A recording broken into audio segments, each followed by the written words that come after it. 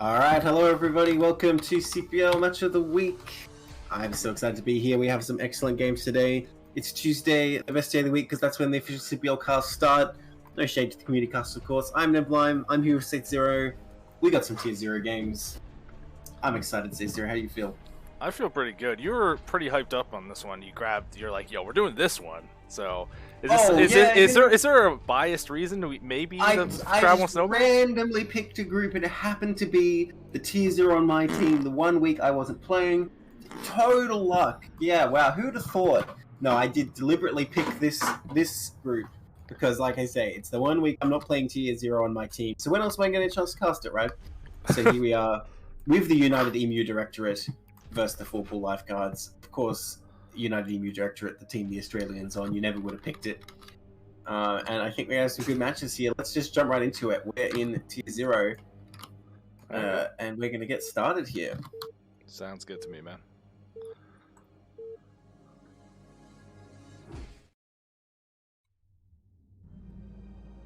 Alright, in the top right here, in the green, we have Type 100 for United Emu Directorate. And the bottom left, in light blue, we have Meditations, aka Zen. So, you know, it's a fitting name, to be honest, for Coach-Pupil Lifeguards. So, of course, we're starting off the night with the typical CPL matchup. Yeah, as you do. First map is Eclipse, so always exciting to see this one. You know, playing games on it, but it's always a little interesting. Eclipse, Silphid, and then Poly played? Or is it something else? Dude, you're the one playing the season. You can't ask me questions like that. I get surprised when it happens. I didn't play this week. Look, I know, like, Goodnight is in the map pool. I know that. But look, I didn't play this week, so... What do you want from me, man? You know what? I just want to be casting with you. That's good enough for me. I'll take it. Oh, so sweet. Wow. Now I'm gonna feel bad when I inevitably kill your soul with rhymes. Ooh, that's not great. You see that the pile misplaced got canceled and replaced? That does slow things down I did not. A tiny bit. Oh, I didn't even see that. That's kind of crazy, honestly, at this point in the game. I mean, okay, I guess you can rebuild it immediately, but, you know, Zen maybe not as calm as he might purport with his username. Who knows? Now, we are going to see the 9 pool. No, the over pool come up here. I just saw the supply, and I'm like, that's all you look at, right? Don't worry about anything else. So I can see the over pool come up here, of course, on this... Zen, what are you doing? Second cancel. The gateway in the wrong position. Yo, he is rattled. It's all part of his Zen philosophy. You know, you get the kind of, you know, frustration out of your system at the start by doing that, so you can be perfectly Zen later in the game. Now, it is a gateway coming up here. And, you know... I've seen, actually, a lot more forge openings on this map, I have to say. Fortunately, it makes sense, because the rush distance is longer. Zerg's going to know it's a gateway right away. You know, I wonder about this. But these are the Tier 0 plays, so I can't question them too heavily, right? Although, then again, wasn't I literally saying last week that when it's Tier 0, I'm going to, like, be way harsher, because they should be really good, right? Yeah, like, both these were just, like, 1 hex out of position, so, you know, it does cost money, it does cost a little bit of time to reposition them, so I'm a little surprised to see that at this level, but, hey, mistakes happen to everybody. We don't know, like, if they played late at night or some kind of crazy stuff like that. The probe is in here, though, sees only that one group of links is being made, but more behind it as the drone scouts is a gateway opening, and knows not how to field just yet. Needs to be careful that these links don't get in and start causing some chaos. I mean, you should be fine by the time they get there, especially if the Russians. And look, we see Type 100 just going after the probe. I think he knows that it's not going to be an issue. But you know, like everything's going great for the Zerg because they didn't get blocked. They know that it's gateway, so they just can do what they want. Just getting the 6 links here and then going into the drones. I feel like, you know, you really want to make 8, I guess, but maybe with the rush distance you don't. Yeah, I guess it depends. I'm not thrilled that it's ended up being a gateway forge opening. It doesn't feel ideal, but I wonder if that is just because of how shaky the start was. Doesn't want to risk anything, knowing that the time is a little bit off compared to what you would normally be. So it does going to get them up safe, but Zen definitely a little behind the gun in comparison, which Type 100, even though it's just an overpool, we see 3 hatcheries on the way, gas going up behind it, and if you're looking at this and you were thinking, oh, maybe something's a little bit off and I can abuse this, I wouldn't be surprised to see 3 hatch Hydra coming up real quick. Definitely an option, but I would say, once again, the rush distance is not that favorable for that. But yeah, it's not a huge issue, I suppose, with 3-hatch Hydra. Oh my gosh, I thought that drone was going to see some action here. Yeah, I was going to say, this is the... we've already reached the point 3 minutes in the game, and my PvZ knowledge has unraveled completely. If you get the Forge instead of the Nexus, does that enable you to be more aggressive with the Zealots earlier? I mean, we see you didn't get a cannon anyway, so I mean, I'm definitely going to agree with you that I don't think it's that favorable for Protoss. But if he hadn't got the Nexus right away, say he got the cannon right away, does that like mean you can go across with the Zealots more or something? Well, the biggest thing I think of is when you get that forward before the Nexus, you want less surface area that you actually plug the holes with the Zealots that you got. I think you're worried about run by, worried about anything happening, which, remember, it was 2 lings and then straight up to 6. The probe does die, 8 lings on the map, and Hydra Den does not get scouted. The probe never got back down to the natural to see it. We see 1 cannon away, so the lings aren't going to get anything done, but Zen's going to have to get back on the map and see what's going on to react appropriately.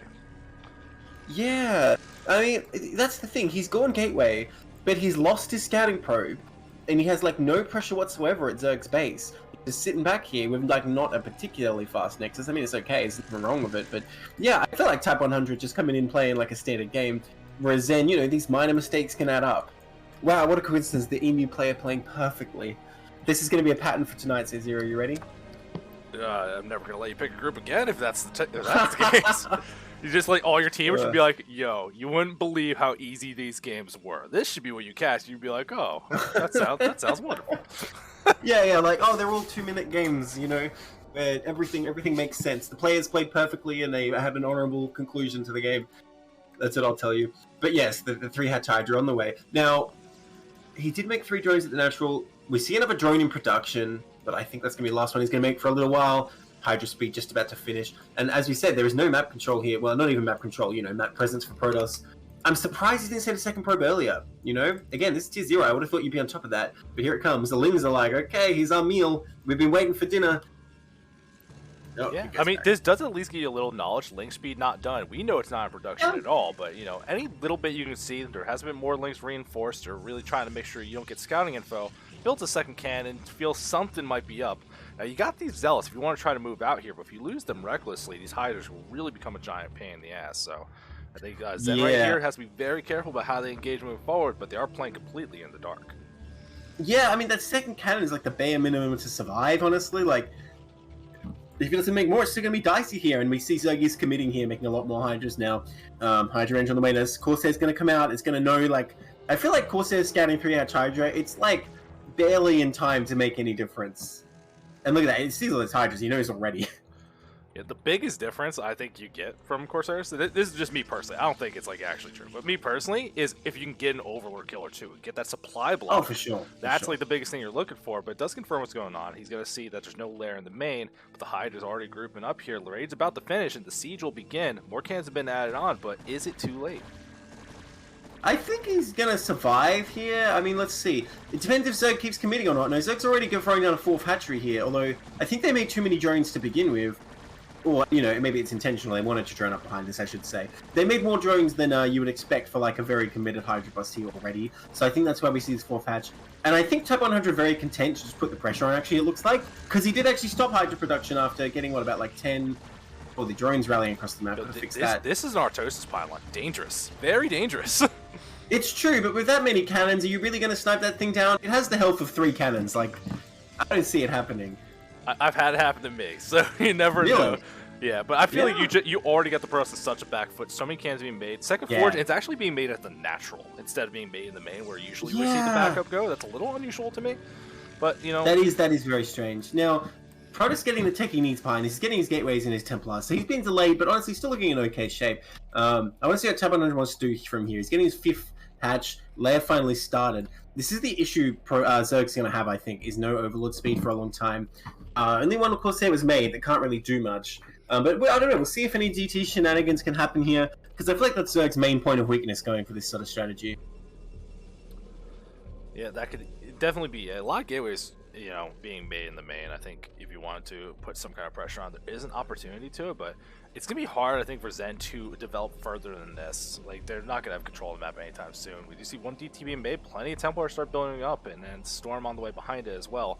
But remember, with the Forge dying, that does delay all these upgrades a little bit. This Gateway army is not going to be as strong as you're looking for. And I think, like, committing to 2 base power, it's just, everything's just delayed a little tiny bit because of how much you have to commit on defense early. It's true. I do like this 2 base pairing style that I feel like a lot of the time, mostly lower level players than tier 0, I would say, try and take a 3rd when it really, I don't think it's the strongest move. And even at pro level, actually, we see this a lot more as well. Getting those 8 gates soon, I hope, is one short, but I'm sure it's on the way. Just really putting the Zerg under the pump. Now, Type 100 does have 3 very defensible locations. I should say 2 locations, because you can't walk into the main, can you? So this might be a bit tricky for him here, but if you can kind of establish the map control more and then take the third, I think it's fine as well. Well, we also got to see, does Zen sniff out what's going on here? Because there hasn't been more Hydras being added on, you know, just kind of getting to that lair, getting second gas to the natural, and it looks like Lurker Tech is going to be on the way as well as Aspire. There's not been more Corsair, so mutas are like an option to like kind of switch into them, but I think we're going to just see Lurkers, and like if there's, ooh, Dark Archon.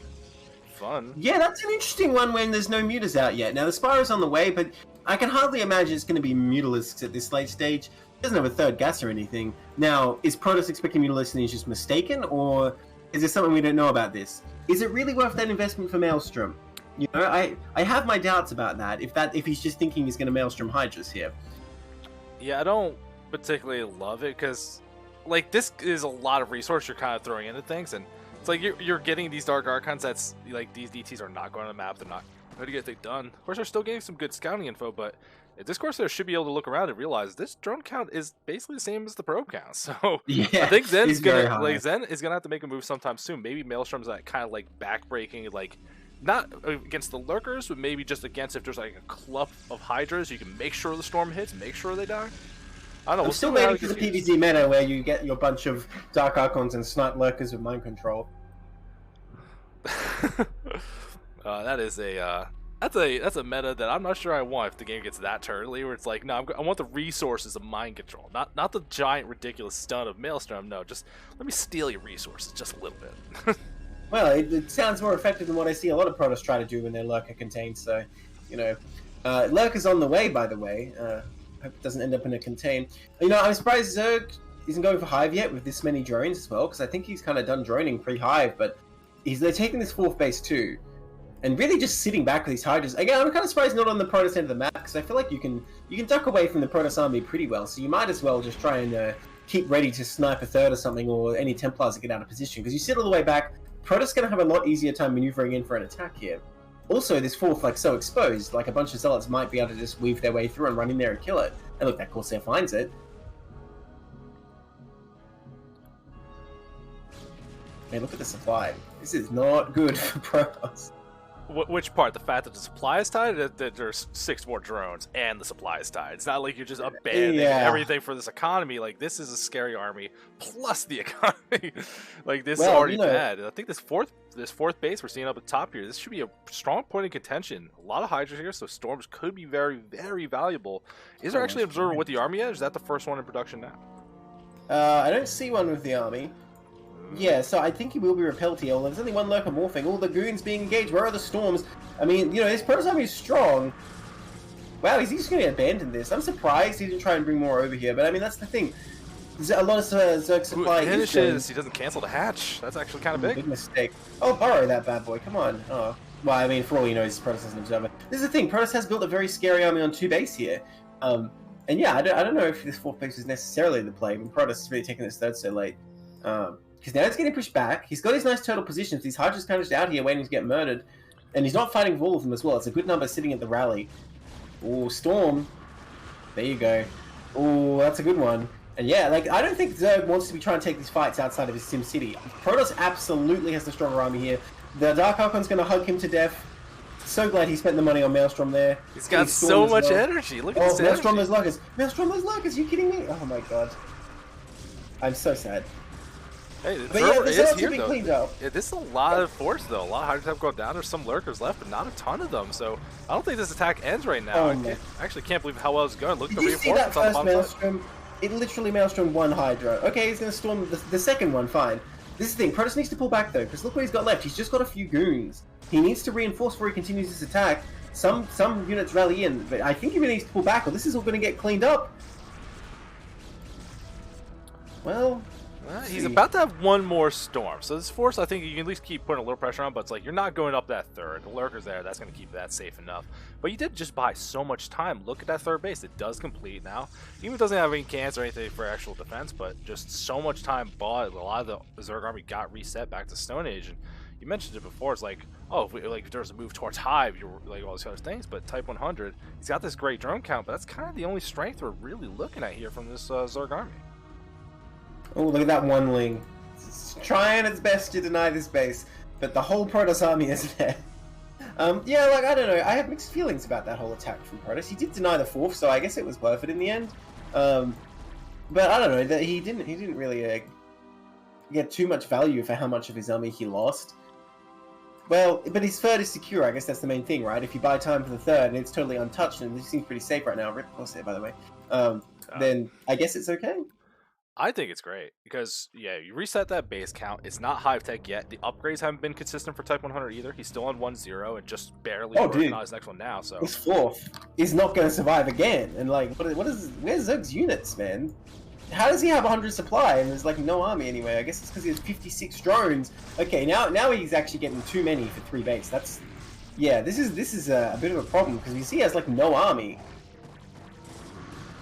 Yeah, and now there's actually more zealous with here. There was lurkers being made, but they're all being in defensive position, so it's just Hydra's getting caught in the middle of the map. Look at the supply difference really grow between the two here. I can't believe with how strong this early game looked from Zerg that Zen managed to come back to this. Gets the GG. Damn. That is... Yeah, I feel like if Zerg kind of just like used the SimCity they had, they put like all their army at the 4th and then put like a small contingent at each SimCity location that's enough to like make it painful for Protoss. It would have been better because he had like a small amount at the 4th and then lost it all, right? Because it was just a small army versus a big army. Yeah, I'm just very surprised and keeping very calm, especially given like those kind of like little early game mistakes we saw. That would be so easy to rattle a player, but then true to his name, stays calm, manages to get in there without any issue, and you know, shows how strong 2-base Protoss armies can really be. Well, I just think this shows how good, like you say, 2-base powering is the way to go, and I feel like a lot of people in CPL should do it. I mean, so like we can go into that after we introduce the players, but yeah. Okay. All right, in the 12 o'clock, in the green, we have Type 100, and the bottom right in the blue, we have Zen, aka Meditations, up 1 game in this best of 3. Zen for 4 pool Lifeguards, and Type 100 for United Emu Directorate. Emus on the run, although as survivors of the Great Emu War would know, that's kind of what they do best. We'll see if they can stand and fight this round here on Silford. So, I don't like this map for Zerg. What do you think as an actual Protoss player? I think it's just an interesting map depending on how late the game goes, because some of these like bases, once you get past like your first 3 is Zerg, especially if you take your 3rd one, he has that like that mineral base where this game would be in the top right. If you manage to like get those secure bases where there's that small ramp that like maybe it's to the left of the Zerg main, you start really securing those up with lurkers, I think it can get very difficult for Protoss to maneuver around the map without putting himself in danger. But early on, Zerg, I think, a little bit of a hard time. I wouldn't be surprised to see some kind of different opening than what you're used to seeing here. But, yeah, it looks like it might be an overpull again from Type 100. Nothing confusing here. See if there's still time for 12 match. There's still time for 12 match. Absolutely. We'll see if it ends up being the gateway opening from Meditations this time. Looks like it might be. Well, Chili's in chat. He can give us the spawn bank stats. I know he has encyclopedic knowledge. Is it actually favored for Protoss in pro games, or am I crazy? The one thing is the natural is awkward, actually, so that probably has more of an impact than the kind of later game considerations I'm thinking about, because it is a bit more difficult to set up a defense, particularly in this position Zen is in. Yeah, I mean, realistically though, if you want to talk about like spawn bang, like when was the last ASL that had Silphid? I think the PvZ metagame has changed pretty significantly since then, so I don't even know if you can go off those kind of stats. That's a good point, actually. I mean, it might still be the case though, even if people played it today. Like, people say 65% win rate for Zerg. Well, okay, I guess I'm wrong. I mean, is that because of these like early game walling problems? Is that the main reason, or is there something else? I think it's hard to wall in here, and I think, like I said, like if you get past a certain point in the game, I think Zerg can kind of get control of the map a lot easier. Where Protoss, where you go to get your next base is Protoss. There you feel safe. Well, that's my reason I think it's good for Protoss though compared to Zerg, because this fake high ground is like a decent base for Protoss, whereas it's a terrible base for Zerg to try and hold. So like if you're doing okay in the game in general, I feel like the fake high ground is relatively easy to take. And also, you have the proper high ground is okay for Protoss. Well, of course, it's great for Zerg, but it's fine for Protoss too. Now look at this, Type 100 taking this mineral only 3rd, and this is what we tend to see pros do. The Ling's coming out to deal with the gateway, and once again going for that gate forge and then Nexus. So I assume he knows what he's doing here. And like you said, he stayed Zen last game, so presumably his plan is still intact. Don't lose the probe this time, though, please. Yeah, well, you already see like he lost one probe already. He got a second one out on the way because he knows he needs to kind of keep himself. And I think Wall with Gateway here, is so important. Yeah, obviously with Forge you still want it, but with Gateway it's just absolutely essential. Look at that, he gets the cannon blind. There is 8 lings, but I don't think he needed that cannon so fast. No, delaying he his did. Nexus like that. I think he did. You sure? Because when he lost his probe in the main, there were 6 lings chasing. He knew it was 6. So I think just because the distance is so short in this map, I think you would have been a little bit under threat here because the wall like that you're trying to make here, you see you need 2 Zells there, you wouldn't have had them time. I just wonder if it would have been better to like pull like 2 or 3 more probes and use the Zealots fight, because those 2 Zealots can absolutely deal with 6 lings as long as they don't just run past, right? I mean, I don't know. It just seems painful to have to delay the Nexus so much, because 8 lings is not that much of a commitment for the Zerg. I mean, it's not, but you wait, is it even 8? 6 lings? Oh, you did get 8. Oh, no, you got 10 they're guarding the entrance to the main to make sure the scouting info. I think there's actually up to 10. Yeah, he is. Okay, well, I mean, he's done something, I guess. But once again, not moving these Zealots out at all. I mean, I guess when you see this many lings, you're like, okay, I guess I'm staying home. Whoa. Oh, barely gets sniped down. Now, we see a lot of gangsters actually getting banked up here. Make sure the probe dies before he actually commits to lair, which you see so much defense, so much attention. Like, I need to kill this scout. You think Hydras. So I think this is actually a great move, the way Type 100 played it. And we'll see how fast he gets that second guess as natural, if it is going to be some kind of move towards Mutas, or if it's just going to be, we're getting a Spire for Scourge, playing the normal game, just like we saw last game, which set him up in a good position. But Zen's mid game was pretty strong, and I think hopefully Type 100 changes something up at least a little bit. Maybe a few less drones, a little more focus on these mid game fights, or engaging a little bit better. Yeah, it's good for Type 100 to keep him off balance as well. Going 3 out Hydra in the first game, now, he might be expecting cheesy plays again, right? But I get it once again. Zen living up to his name. He's just throwing down the star. He's not worried too much with a second cannon or anything like that. I want to see him at least like try and poke out with a probe again, though. I mean, I know he lost 2 already, but you got to get that info, right? Because you want to know if you need to move out with these Zealots and put pressure. Because if Zerg is just droning unchecked, you definitely will put pressure. 4 Zealots absolutely will take out 10 lings. Oh, we're taking a little bit of damage. Not going to die to the cannon, though. As fun as I love watching that happen every time, it's not what we see here. And with no additional gas being taken, this Spire should just be for Scourge, so probably hatcheries behind it, moving into Hydras. That Liquipedia style, just like, what do you do? This is what you do. So that's what I'm expecting we're going to see in this game from Type 100. That's the thing, if you go into 6 hatch here, you can get a very, very strong SimCity at this third. So I think it's a favourable strategy to try and get it to that point. We'll see what he goes for here. I mean, obviously he's going to go up to 5 hatch at least here. Now look at this, these Zealots running around. Zealot speed hasn't even started, so there's still a very early attack he's looking at making here. And this is what I was talking about. I feel like if he came out a bit earlier, he could have really impeded the Zerg's droning, because you can see the Zerg just can't really contest this, but Protoss doesn't want to get out there and get surrounded, and that's because he doesn't have the intel. Unfortunately, losing that probe having a big impact on this team. Yeah, I mean, Type 100 is going to poke for it a little bit. Doesn't see a lot of cans. See the Zells kind of building up, so we'll see if these hatcheries are used. Like you're saying, SimCity can be so strong, putting these Sunkens in really obnoxious positions. It's not the SimCity I was picturing, but I'm sure it'll be strong enough. Yeah, first Corsair on the map now, but that Spire is about to finish here, so can't hang around too long. Gonna get the info you're looking for, though. Seeing that Spire is finished, you're not really worried about anything. And actually, we are seeing Mutas being made despite the lack of the second gas at the time you might think. So, that's pretty interesting here. Maybe going off the, because what we saw last game, there was just 1 Corsair. More weren't made blind. We'll see what happens here, but we see more in production. Respecting the Spire, manages to get a kill as well. Ooh, these skirts though. Okay, it was just standing still for a second. Always makes me nervous. Looks like he's going to get home. But yeah, Pro's still none the wiser about these Mutas, right? He's going to build up a few and suddenly swoop in.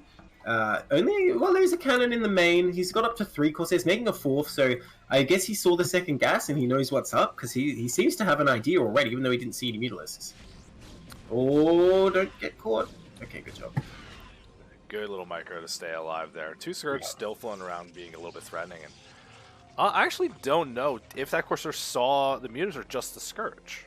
I don't think it actually saw the Mutas. It certainly did not see the Mutas. I'm sure it did not see the Mutalisks.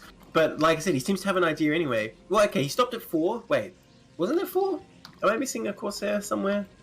Yeah, there was 3. Yeah, I thought. I swear he was making a 4th one. Maybe he stopped it. Which, in which case maybe he's not aware of these Mutalisks and the numbers continuing to build. He's positioning to stop a Zealot move out here.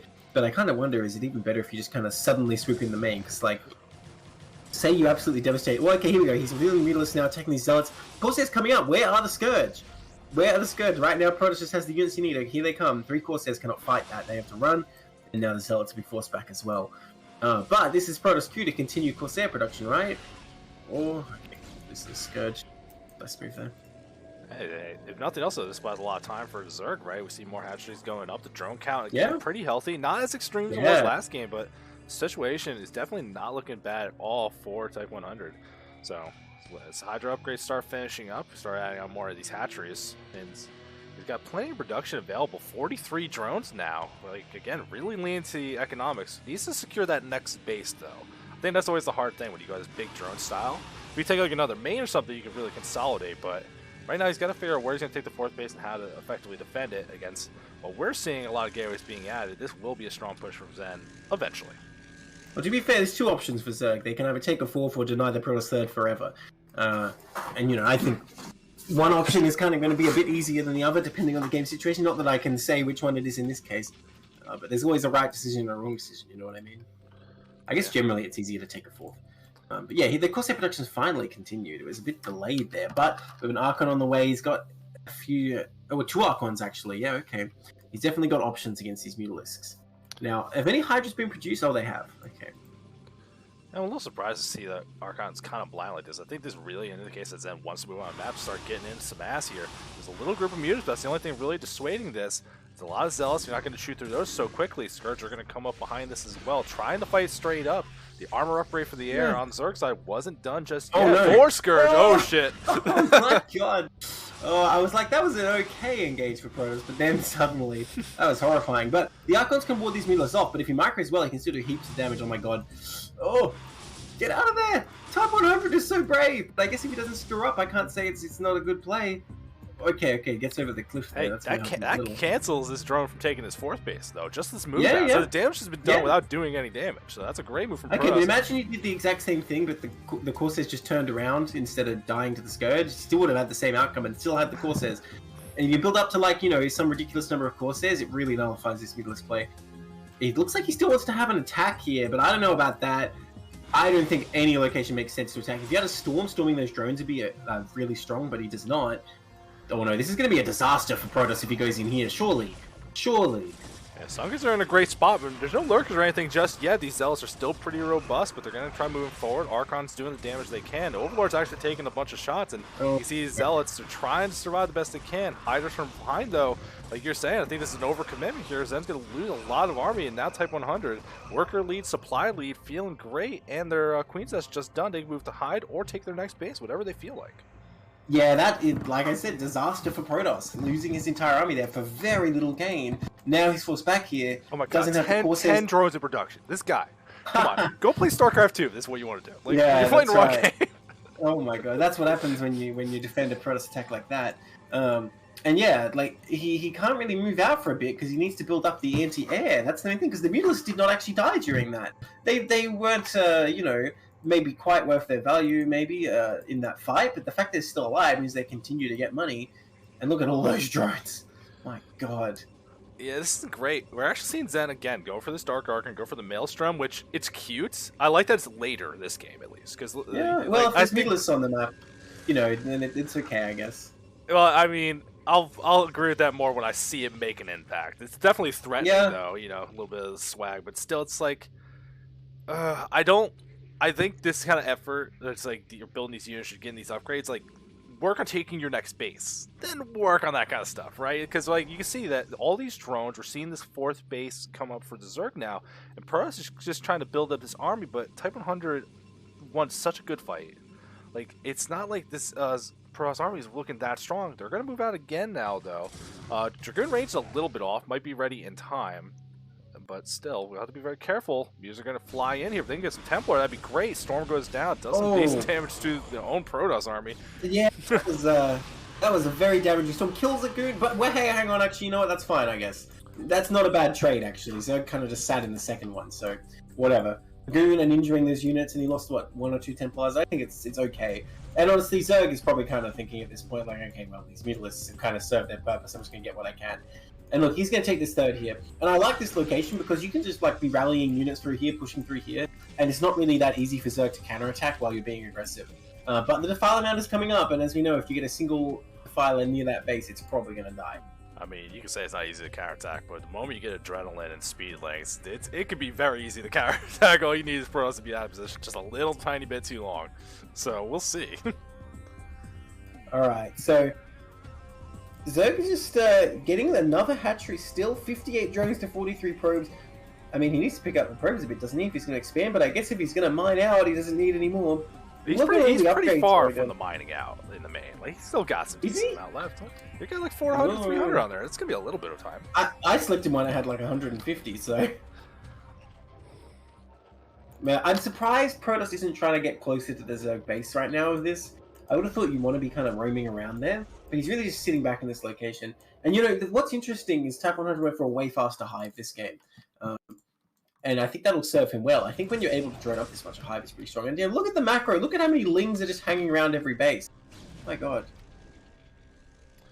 Yeah, it just gives you some good knowledge here. Zen's keeping everything together, so if a fight does break out, but again, like I was saying, like speed lanes with the Adrenaline, like if the Protoss was this far out of position, you want to swing around to maybe that left side, threaten the natural, like just force some more cans, which we're starting to see defense really getting added on at this third base that Protoss made.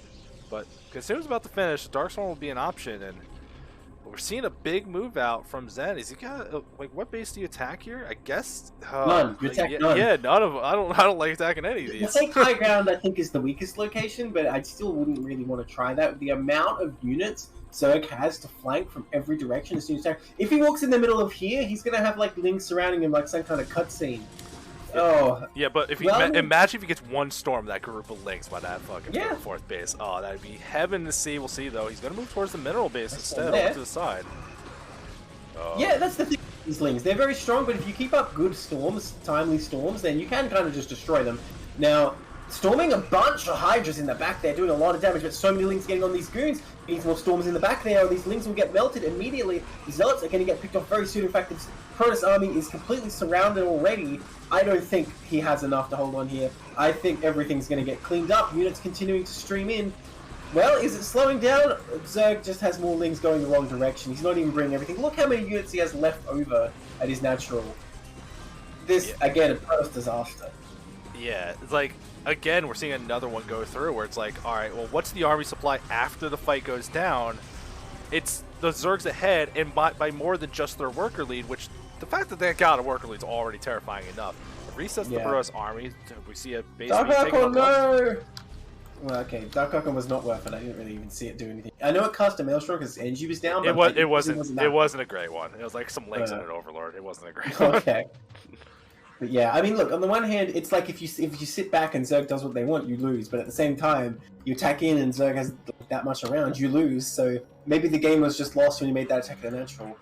I think Zen had to make a decision, though, because we look at this left side. Once his base gets set up, you throw a Nidus there, you throw a defense there, take that main as well. Like, I think the time's running out for us. He needed to make a move there. It's just the economy for Zerg, they were not messed with enough. Like, they got the drone as much as they wanted to, make the units they were looking for. Not even that much stacked defense of the bases or anything either, so I don't know. Yeah, like, after that failed attack, he just, like, you know, put on the gas for the drones, right? And now he's just spamming so many lings. Like, never mind anything else. He's just keeping up that constant link production. It's so hard for Protoss to deal with. It's kind of like Protoss could put his... Oh, hang on. Defiler coming up for a plague here. Look at this Protoss army. Oh, he's not even going to cast. He doesn't have high ground vision. Oh, there it is. Okay, it's got a little bit. Could have been better. Look, it's hardly worth one Defiler. Look how low on gas Zerg is. I mean, you say that, but with that base over on the left side, like, gas income's definitely going to increase pretty quickly here. You're already at hive tech. You can just make links. Like, you're going to be fine if you don't have a lot of gas to work with. And we've seen dropping research. I think that could be, like, a brilliant kind of move because, especially the way Zen's moving, all this army together in the middle of the map, you just get, like, a little bit of Overlord somewhere. You can sneak them to the main wall on that right side or something. I think Type 100 is going to be in a great spot here. All these links moving over. They want to make sure there's no established base over this 3. So many Zerg units here, and I don't know if there's enough Protoss army here to really want to fight this. That's a good storm he put down there. And honestly, yeah, he's able to clean this up, but the Nexus was cancelled. A lot of Zealots falling as well. Those Lurkers doing plenty of damage. But he does clean this up, keeps his army alive for now. Honestly, I think the only thing stopping Zerg is being able to like select all of his army and get it across the map. He has the units, you just can't get them there. That's a better play. Getting all those goons, they're not going to last very long if anything actually gets them. Nice storm though, what a great storm there. Keeping this little ragtag band alive. Needs to reinforce desperately, or like the few lings that Type 100 is rallying will actually clean all this up. Yeah, but I mean, every time we go through one of these fights, Pro S holding on. They, some good storms, decent things, but the supply lead keeps growing for Zerg. Rip goons. Oh, another nice storm. He's like, yeah, this little commando force trying to hold off.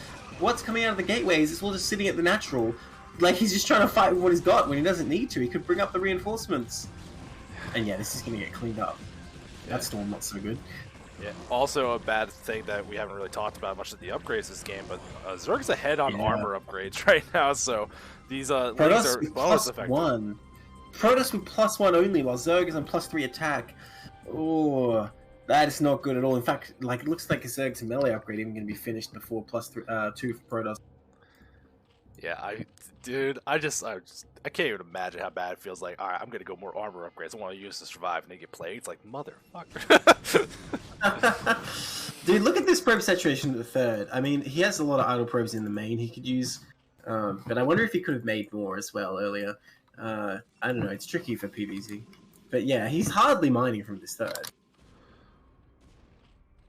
Yeah, I mean, it'll get established eventually. I think Zen's trying their best to keep macro up, stay on the map, put the pressure on, but we see the score right here, and it's like, where do you attack right now as Zen? Because if you go to the left side, they know you're at the left side. They sack that base. The Lurkers will buy you enough time. They counterattack and end your world.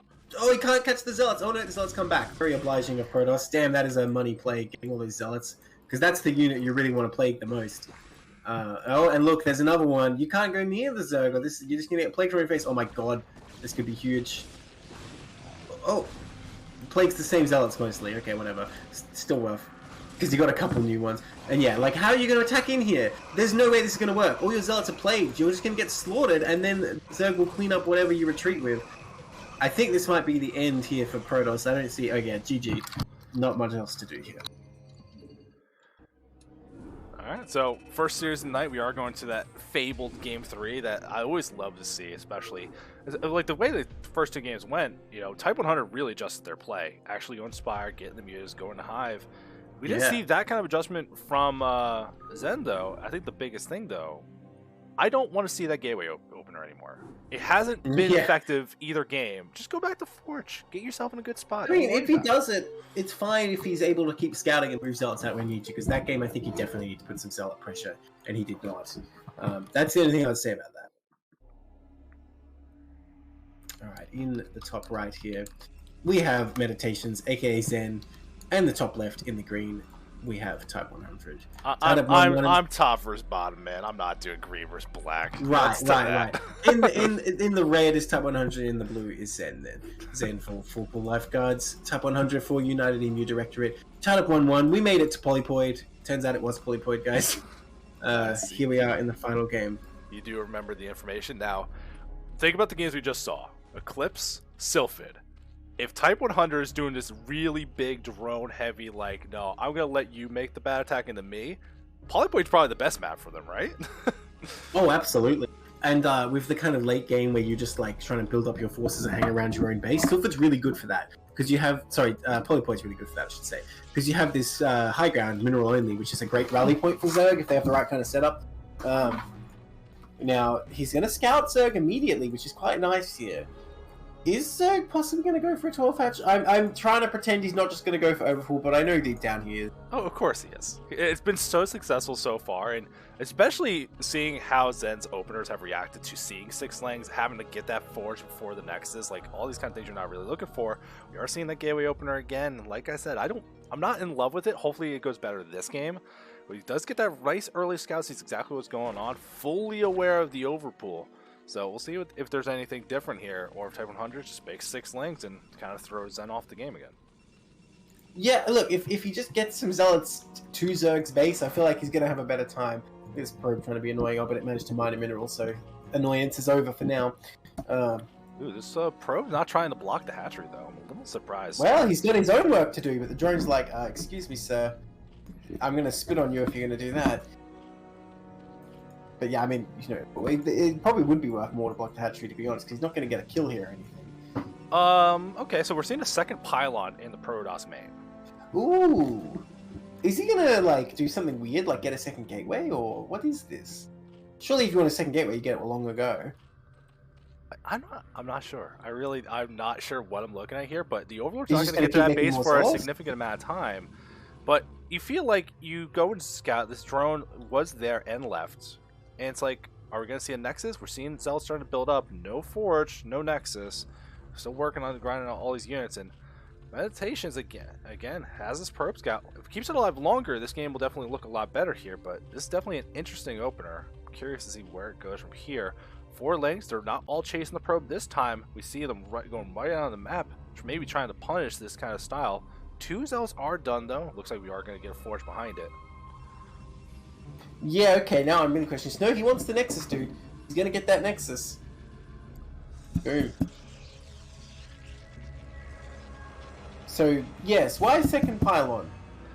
I mean, I don't think you'd be able to get the probes and these 2 Zealots fast enough without it. It's just, I'm not used to seeing that, personally. I don't know. I'm not really knowledgeable about what we're seeing here. Type 100, though, look where they put the 3rd. I like that it is so far away at a gas location, something a little more defendable. So, we'll see if this does end up working out. Looks like this probe, ooh, it's barely going to get out. I thought it was going to get trapped behind the minerals. Oh, it's totally about to die. Yeah. It's not getting out of this one. Yeah, there it goes. Man, okay, so if he's going to get the pylon, I feel like you want to keep up constant Zealot production. You really got to put the pressure on the Zerg, because again, his Nexus is going to be super late here. Well, this does have more Zealots earlier, so maybe there is a plan to move out Force. Like, in that spot where we've seen Type 100 really droned up and kind of skimp, because they would get to like 8-10 links and then stop. Like, hard stop for a while. But I think this is just a different kind of opener here. We're going back to 3-hatch Hydra, which worked out quite well. Put Type 100 in a good spot on Eclipse, even though the game didn't work out their way. The spot they were in because of it was pretty good. So we'll see what ends up happening here. But Zealot count's definitely steadily growing. There might be a chance for Zen to move out on the map and at least force a different reaction from Type 100. Playing the long game. It's like, yo, you got so comfortable with all these drones? Not this game. I'm not going to let you do this game. Well, he's not going to let himself do it this game. The den is down. Speed is on the way. He's not making drones today, at least not for now. Well, okay. Okay, when he's done. He'll be done in a minute, then he's making Hydras, okay? Trust me, I know what I'm talking about. I was going to say earlier, like, this game only took 2 minutes to reach the end of my PvZ knowledge, so... But I know one thing. Den before layer, Protoss beware, right?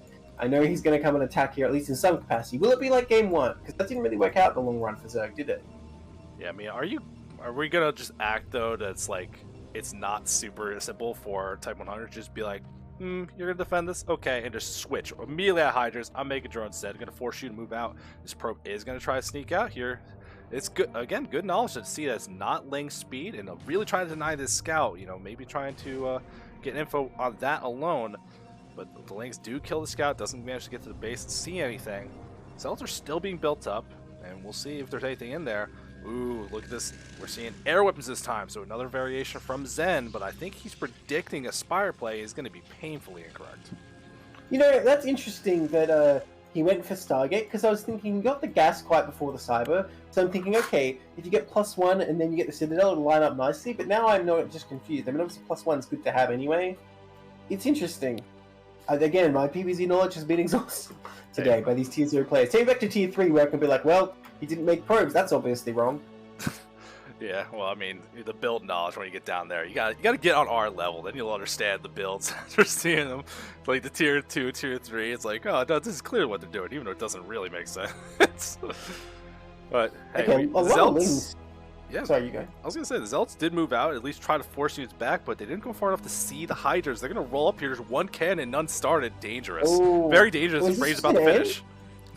Well, the Zealots are kind of to the side here trying to ambush. A few Lings here to help out, but I mean, it's enough Zealots to buy some time for sure. Ray's about to finish, though. I don't know. gets a little dangerous here. That +1 weapon's nowhere near finishing. Decent amount of Zealots, but the Hydra's starting to work. And dude, he could snipe that cannon so easily. Get the cannon! Get the cannon! Type 100, my god, this Corsair just hanging in the Zerg main. Why get the cannon when you get the pylon? Well, you can get that too. Like, really, you can do whatever you want. Yeah, you totally could. What are you waiting for, Type 100? Go! Okay, finally gonna move in. The Ling's not helping. Okay, they need to get in there. And stuff. Okay. Here we go. A couple more cannons finish. The probes are pulled. But yeah, the Zealots have all been picked off. Can he just snipe the remaining cannons? There's a few hatches left, but he does pull back away from the probes. Still doing some economic damage here. Only 4 cannons left. They will fall very quickly. One falls. Looks like another one's going to fall. Zerg getting low on hydras, though, just pull back again. More hydras being rallied. This looks very dangerous for Protoss. I think this game's going to end just here by the looks of things. More cannons coming up, though. Where are the hydra reinforcements? Oh, an Overlord falls. That might be critical. I feel like more hydras should have rallied here. Did something go wrong with Type 100's macro? We see almost 500 minerals. You can't just cancel up cannon warping in. Hitting that other one, has to pull back again. I mean, you can see the supply count. He's kind of near max, so maybe the Overlord falling. They're actually kind of really restricted things. They're still trying to put pressure on cannons, trying to be made behind this. It's going to be able to work on the Forge at least, but you can see all these probes, they're pulled away trying to guard these buildings, not mining at all. But Type 100 hasn't transitioned out of this. So let's be careful. You're going to keep pushing forward. Yeah, it's like 6 cannons or whatever, how many? 4 cannons left now. I don't think it's going to be enough. He's still killing probes here. Well, another hatchery is coming up for Type 100. I don't know if that actually cost him any hydro production. Probably not. This Overlord needs to... Oh, no. Oh, no. Oh, hey. That's very unfortunate because that does actually block him in this case. And he did not have even 1 in production. He's going to need 2. There's a bunch of hydras here, though. Once again, I feel like he needs to press the attack. Okay, these hydras finally coming up. Did you see where that Corsair went? I saw it in the main. It had 1 kill. Dead. I haven't seen... Oh, it died? Oh, no. Yeah, it went to hell. It was sitting like above the ramp and fighting an Overlord while Hydra was sitting it. But I think it did kill an Overlord, so... Alright, well, here comes Zerg again. Couple more Zealots pop out just in time. And I think Protoss probably stabilized now, but a lot of probes have been lost. That said, Zerg didn't have particularly many drones, only just started droning a second ago. And he's hitting that hard right now. But Protoss going to be able to get their tech here. No Temple Archives was made, though, and we see a ridiculous gas bank for Protoss right now. That's a big issue. Yeah, it'd be nice if you could just have that Templar Archives. Just, you know, like once a week, you just redeem, like, just, oh, I forgot the building, just make it. Like, you know, I could have. I'm good for it. That's like, he's gonna make, like, how many Templar at once now? My god. That would be really good. But it's like, you can see, though, with the gateways, like, they were added in the main, but the gateway production to keep these cans going were, like, got delayed for so long here. I'm actually curious where Type 100 is going to go from here. He did add a lot of drones, caught it very fast as far as workers go. Working on another gas at the natural, has a decent amount here, so I think we are going to end up seeing Spire, right? And, you know, we actually might be mutas, because all the defenses cans at the front might be able to harass the main. Yeah, it's certainly, well, no, I don't think it would be worth it, because he's kind of so behind in drones, he'd spend a lot of time droning now. And, like, if they don't work, then he's going to have nothing, and, like, Zealots will be able to do huge damage.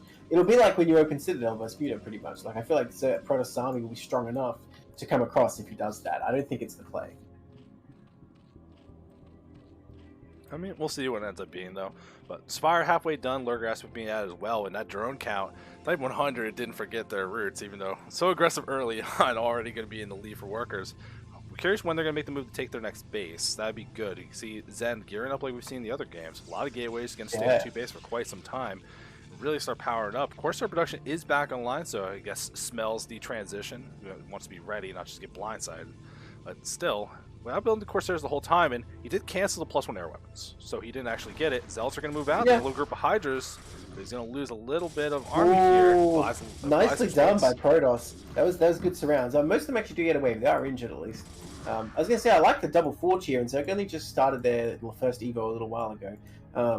So Protoss going to have good upgrades this game compared to the last game. Still needs to get that macro going, though. Look at that gas bank. Just make Templars, man. They're pretty good units. Okay, so let's splitting up here. I don't think he wants to go in here, though. No, you need to pull back from there. Oh, Zen, don't do it. He loses that Corsair. Yeah, there's no way any Zealot's getting in there. He needs to pull back and build this. Yeah, well, Lurker's being made, 5 mutas as well, so that'll be helpful. And again, Zen with this Dark Archon play, you know, maybe this is the game. This is the game where we just, like, it's like, oh, this is why you're doing it. Now we get it. It's like, well, we're not seeing it yet. On the field, I guess. I guess you were right, they went Mutalisks here.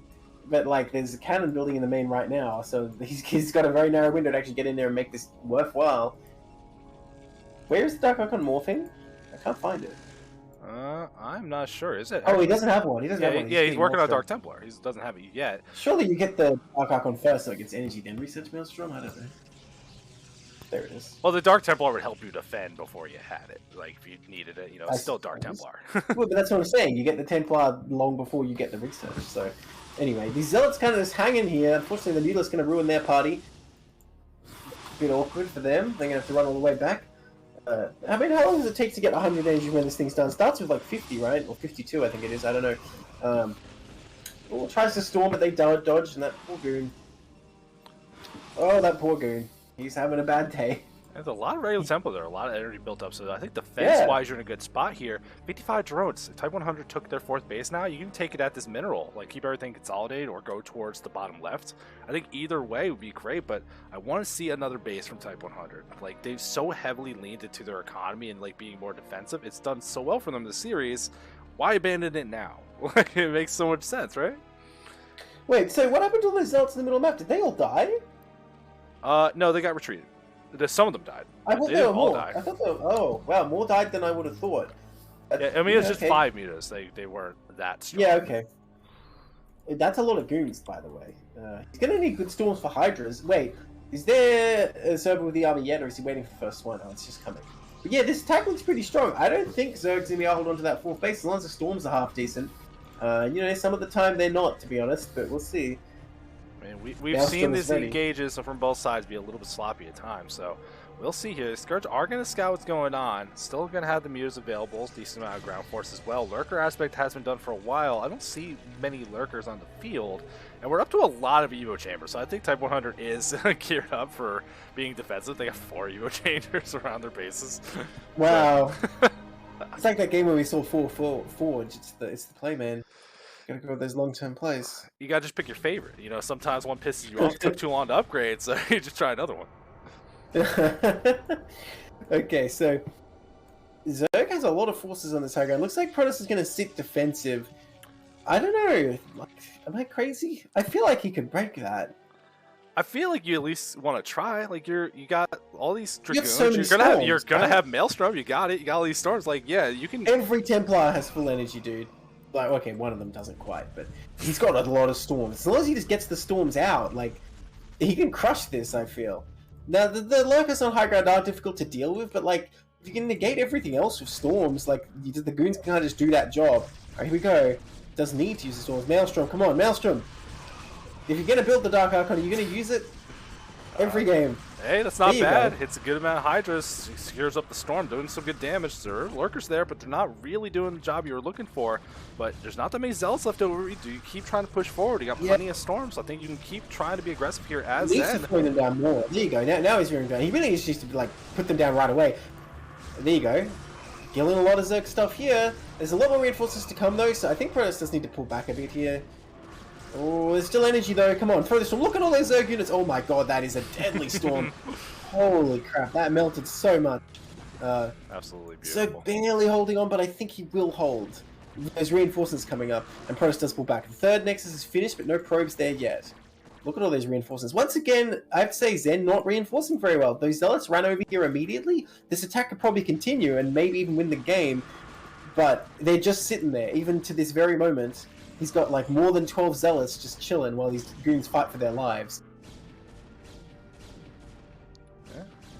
I don't know. We got Hive Tech on the way here, so I still like that Zed did a lot of damage. He bought space to get this 3rd base up and running. We're going to be able to utilize those probes, but there's still a work relief for Type 100 despite the damage done. That supply, you want it to be more as Protoss at this phase in the game here. I think the economy from Type 100 is still going to be very difficult to deal with. Zen has shown they can find good chances to attack, get some good damage done, but it's about the mine out. The natural's starting to run low as well. I think you either think about your next base here, or you got to try to put some pressure on, stop this recently made 4th. Well, I mean, now it's kind of like Zerg has had more time to fortify, though. Like I was saying, if he was reinforcing at the moment, he probably could have, but now it's like, I don't know. 66 I don't think drones. Jesus Christ. That's honestly too many again. Oh, well, okay, it's not a 4th, I guess, but damn, he needs to make some army. Zealot's cruising for a 4th base in the bottom left. They're not going to find it. Or I guess it would be a 5th base at this point. Protoss taking the 12. That's pretty ballsy, but we did see last week, I believe, Protoss able to take these close high ground bases and hold on to them for pretty much the whole game. So it might work out, but I really would like him to at least keep like a DT there or something, just to give Zerg some pause, because Zerg could literally send like 3 Lings over there and cancel that. Yeah. Although I think that's been the story for some of this Zerg movement that could have happened very easily, is because everything Zen has tends to keep together, or it's just rallied back at home, not being reinforced. I think maybe it's their opportunity as a counterattack, put some pressure on, at least make Zen retreat, buy yourself some more time to get ready here. But we're getting another attack from the bottom side. Lots of lurkers are here. I don't like this. Where are the storms, man? There's one Templar with this army and one coming up. You don't want to be attacking without storms here. Like, on the high ground as well, there's no way. And he doesn't commit, so props for that, I guess. Just keeping Zerg on their toes, I guess. Does buy a little bit of time, though. There's a drone trying to take a base over in the bottom left. One Zealot there did stop that. Nice. So, if you can get your 4th base up, and we do see a couple links moving in. These cannons are trying to warp in. There's no adrenaline just yet, but it's about to kick in. How many? These how links, fast 50 minerals? Look how much value they're going to get. They're going to get like 300 minerals at least. Sorry, did I say 300? I meant 450. By the way, yeah, this base is going to die if Protoss can't kill this army. And I don't think Protoss can kill this army. Yeah, this base is going to die. Like, it's an odd location to take it, I have to say. Now, he did deny completely the bottom left. The drone is still there, but it's not taking that tube. Zerg not committing to go up that ramp, though, surprisingly. What? Just to caster curse me, because honestly, Zerg can still kill this base. Okay, here we go. Come on, cast a Maelstrom, please. I know, you want it so badly. It's like, it feels like the research that was like, oh, it's so cool, you should do it. But realistically, though, I think the attack that we saw from Zen went from 2 fronts here right as Adrenaline finished up for the Zerg leg. So yes. It became way more effective. Remember, with all those Evo Chambers, the upgrades are going to catch up pretty quick. Although, Pro's still ahead right now, so this situation is not looking bad at all. Plague being researched now, and we're seeing Defiler. Storm! He stormed that tree. It's been a very bad tree. Look, again, it's just a matter of time, I think, till Zerg batters down this 12. And Protoss has committed so much and lost so much army. I don't think he's going to recover from that. Goons trying to get up here. Templar useless, slow on energy, just blocking the Goons even. And look, the Goons blocking the Zealots from into the front line. But it kind of chokes stuff up enough that I guess it's going to hold. Where is the Defiler? The Dark Swarm would do a pretty good job here, I think. Just, get those lurkers up there, maybe. Oh, Pros better hold this 12 o'clock base, though. They're natural just mined out at this point, so... Jayon, this is tier 0, so I'd say, like, probably 1650 and up. Like, say 1650 to 2000 or so. I think a little higher than that for tier 0. Okay, it's like 1700? 1750 is the min, I think. Okay, but we don't know these particular players where they are in that range. Some players we know better than others. So Protoss holds on to this. I'm surprised that that Zerg was not able to break that. Again, I was insisting, wasn't I, that like it's definitely going to die. That's why it helped. I mean, you're just saying, you're rooting for Protoss. Like you just love them so much. A big huggy bunch. It's like, no, they're gonna lose that base. I'm gonna make sure it stays. Tab 100's on my team. Tab 100's on my team, man. Okay, Defiler. Oh, it dies. Damn, what a shame. Yeah, it's terrible. It's full tragedy. You're saying Tab 100 seems strong? Well, the first game did not go so well for Tab 100, lest we forget. And look, this game isn't over. Protoss securing this base means he's up to 4, which is not bad for Protoss, but of course 2 are mined out. He can deny this bottom left pretty easily, it looks like. Only problem is he'll be quite out of position then, and maybe Zerg can get a counterattack going. Defilers are roaming around looking for plagues. I think Tab 100 really forgetting the kind of fundamental Dark Swarm value that he could bring here with these Defilers. From behind, all these Dragoons and Templars a little bit out of position. If there's not a really good storm, it's going down, but doesn't get that much damage done. Oh, look at these reinforcements. If Type 100 can clear out this Protoss army down this bottom side, it's going to be so bad for Zen and the defense for these other bases. Oh, that plague. That was like a perfectly placed plague that hit like barely any of his own lings, but hit like every zealot. But I mean, it looks like Protoss going to hold this army at least. Any reinforcements coming? Again, there's units back that he could bring to help this out, but he is not. And all the speedlings continue to come in. Did I say speedlings? I should say cracklings at this point. And he didn't get up the ramp and deny that Patriarch. He's going to go now. But once again, I feel like he needs to bring more units. If he's going to commit these goons into the location, fine, but he needs to back them up, otherwise they will all die. Yes, he will probably get this hatchery, but I don't think these goons are coming home. Yeah, it's a lot of Protoss. Look at this supply. It keeps kind of growing a little bit worse and worse. Yeah. It's like, you're getting some damage done, but Zerg is not as mined out as you are. Actually, the main and the natural did recently mine out, so, I guess maybe more of an important move here. Oh, that Archon! Oh, barely doesn't take him out. Almost killed all those Zerglings. But I guess maybe I was wrong. Everything I say is wrong in this cast. I mean, like that's how it is, man. It's CPL casting. Oh, like, we can't know what we're talking about. Oh my god, it's alive. Did you see a micro that goon that was like plagued and barely survived? Oh, now this is going to be tough. Okay, no, he has a ramp, I guess. So. Yeah, but still, this is just... Actually, at this point, like, I would just want Type 100 to just... You got Defilers, go for this 12. Like, you don't have to keep fighting this army down here. I think, quite frankly, he's forgotten about Darkstorm and just focusing on Plague. The Plagues are fine, but you kill that 12, Protoss doesn't have much hope in this game, and he just has not tried it with Darkstorm at all. Yeah, there's Storm, but you can wear that down eventually. And look at that, the Zerg army coming to finally trap these goons. They've actually already left, and this small Ling force kind of just picking them off. Well, I guess 5 of the heroes get to go home, just proving me wrong. 18 kills on one of those bad boys, damn. That was value. Yeah, but that's still Type 100 slowly growing their supply lead as this kind of keeps developing here. Just like we saw in these other games. Hey, what was I saying about 3 Lings shutting down a base? Okay, no, I guess they're going to succeed this time.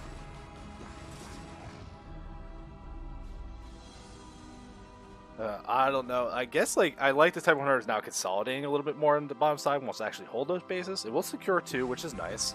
It's gonna be up to Zen though. Like you see, taking the 3rd base now, or the 3 o'clock base, not the 3rd base. But I still think there's an opportunity to just Dark Swarm, go for the 12. His army's so out of position. Well, it's a minimal investment to get it done. You know, Saetzero, the more you say it, less likely this happens. Let's talk about what's happening here. All these Zealots getting minced apart at this Lurker field. It's a decent defense here for Zerg, and the main problem is this big flank that's going to come in. Where are the Storms? The Templars are coming, but they're kind of disjointed from the main army. Needs to throw those Storms down, and these Goons are going to die real quick. Oh, no Storms going, and the Lings are surrounding from all sides. The Lurkers have been mostly cleaned up. The Storms gets a lot of Lings, but is it actually enough? Oh, that second Storm not bad either, but there's nothing left, really. I mean, it's still going to be more reinforcements. Oh, no, drones! Yeah, long-distance mining are the drones, unfortunately. Long-distance dying at this rate. Oh, no, that one Lurker distracting everything. Look at the Lings going across the middle of the map, though, straight for that 3 o'clock base, so... Yeah, there's nothing there! Nothing at all! Didn't even start making cannons! Damn, that Nexus is so dead, man. You can't tell me that Nexus is going to live. No. I mean, like, if I had that kind of power, I'm not casting CPL anymore. I'm going to go, like, buy lottery tickets. Oh my god! Oh my god, are you kidding me? Okay, it's alive. It's not even that close to death. Man, in the last, like, 15 minutes, have I said one thing that was correct? I don't know, but we watch these drones die to this Archon real quick. Oh, yeah, that's nice. Oh my god, get him! Get him! No, he's not getting him! Oh my god. Oh, the moving shot, did you see that? Just slides on in there. That's a big kill. Man, what happened to Type 100's drone count? He's on 66 when he was on 4 bases. Now he's down to, well, okay, I was going to say down to 39, but they keep popping out. I mean, okay, this Nexus at 3 o'clock survived. Maybe Protoss can keep this going. Small little hit squads coming across, getting value against these, like, Ling-heavy armies. Defiler not going to be able to do anything for it, guys. Man, is Protoss pulling this off? I feel like this is just a game that's not going to end for a while here. We're not, like, we're seeing action happen on all these maps. They're really fighting for control of an area, but none of these are that big punch that really wins you a game. I think if, like, someone leaves this point, it's out of frustration. Like, no one's being put in a battle spot where I think what we're really going to be looking at is, like, who's going to control the bottom right? Who's going to control the bases across the bottom edge? I think if either side starts getting more control beyond that, you're going to be looking at a much more difficult game. Zerg needs Hydralisk is the problem here, because Archons are pretty good against Lings, and, like, you know, Lurker Field's obviously good against them too, but he's not in position. Well, actually, that said, but Lurker's coming right up here, and, you know, that'll be enough to defend the space, I think. Yeah, a bunch of Zealots not going to get through that. Although, then again, like, if it's just those Lurkers, oh, nice, Plague goes down. A bunch of there's your Hydras, I guess, that I was asking for. But Protoss is secure at this 3 o'clock. This is a big deal. If he's over there with, like, a Lurker, like a Defiler and 1 Zerg, then he can kill that Nexus in, like, 3 seconds, but alas, it's not to be. Alright, he's powering through on these Lurkers, and that's all that's here. What else does Zerg have right now? Where is his army? What has he got? He's got so much supply. Where is it? Yeah. There's some in the main here. There's some Lings out in this random spot. There's a bunch of Defilers at the 3rd. I think he's going to break this location. Dude, I think Protoss is going to win this game. It's definitely going to be a critical... I can't believe this is happening. Yeah, but, like, you look at the defenses down here. Where is the other, like, army that could be making a counterattack right now? That could be putting pressure on Zen. GG. Wow. I can't believe Protoss won that. That was crazy. Yeah, I'm a little bit lost about it, if I'm honest. Like, that's a little surprising, but... It seemed like Zerg just didn't have anything suddenly, you know? I guess Protoss was more efficient than we thought in his engages. There's so many fights in the mid game. Like, oh, the fight went, and I looked at supply. I'm like, oh, Zerg got like another 10 ahead. there was no Darksworn to bust that 12. Or that really would have swung the game so heavily, because there was an army there to defend. There was 3 Zealots and 1 Templar and some cannons. Like, you could put all that pressure you're putting on some of these other locations, just put like a 10th of that up at the 12, break that base, and then we're talking a much different games than any economy. All right, we're going to jump into our second series then. That was the first win for Coach-Pupil Lifeguards, 2-1 to Zen. We're going to go into Nagnar versus D-Booties. Are you ready, Saetzero? Absolutely.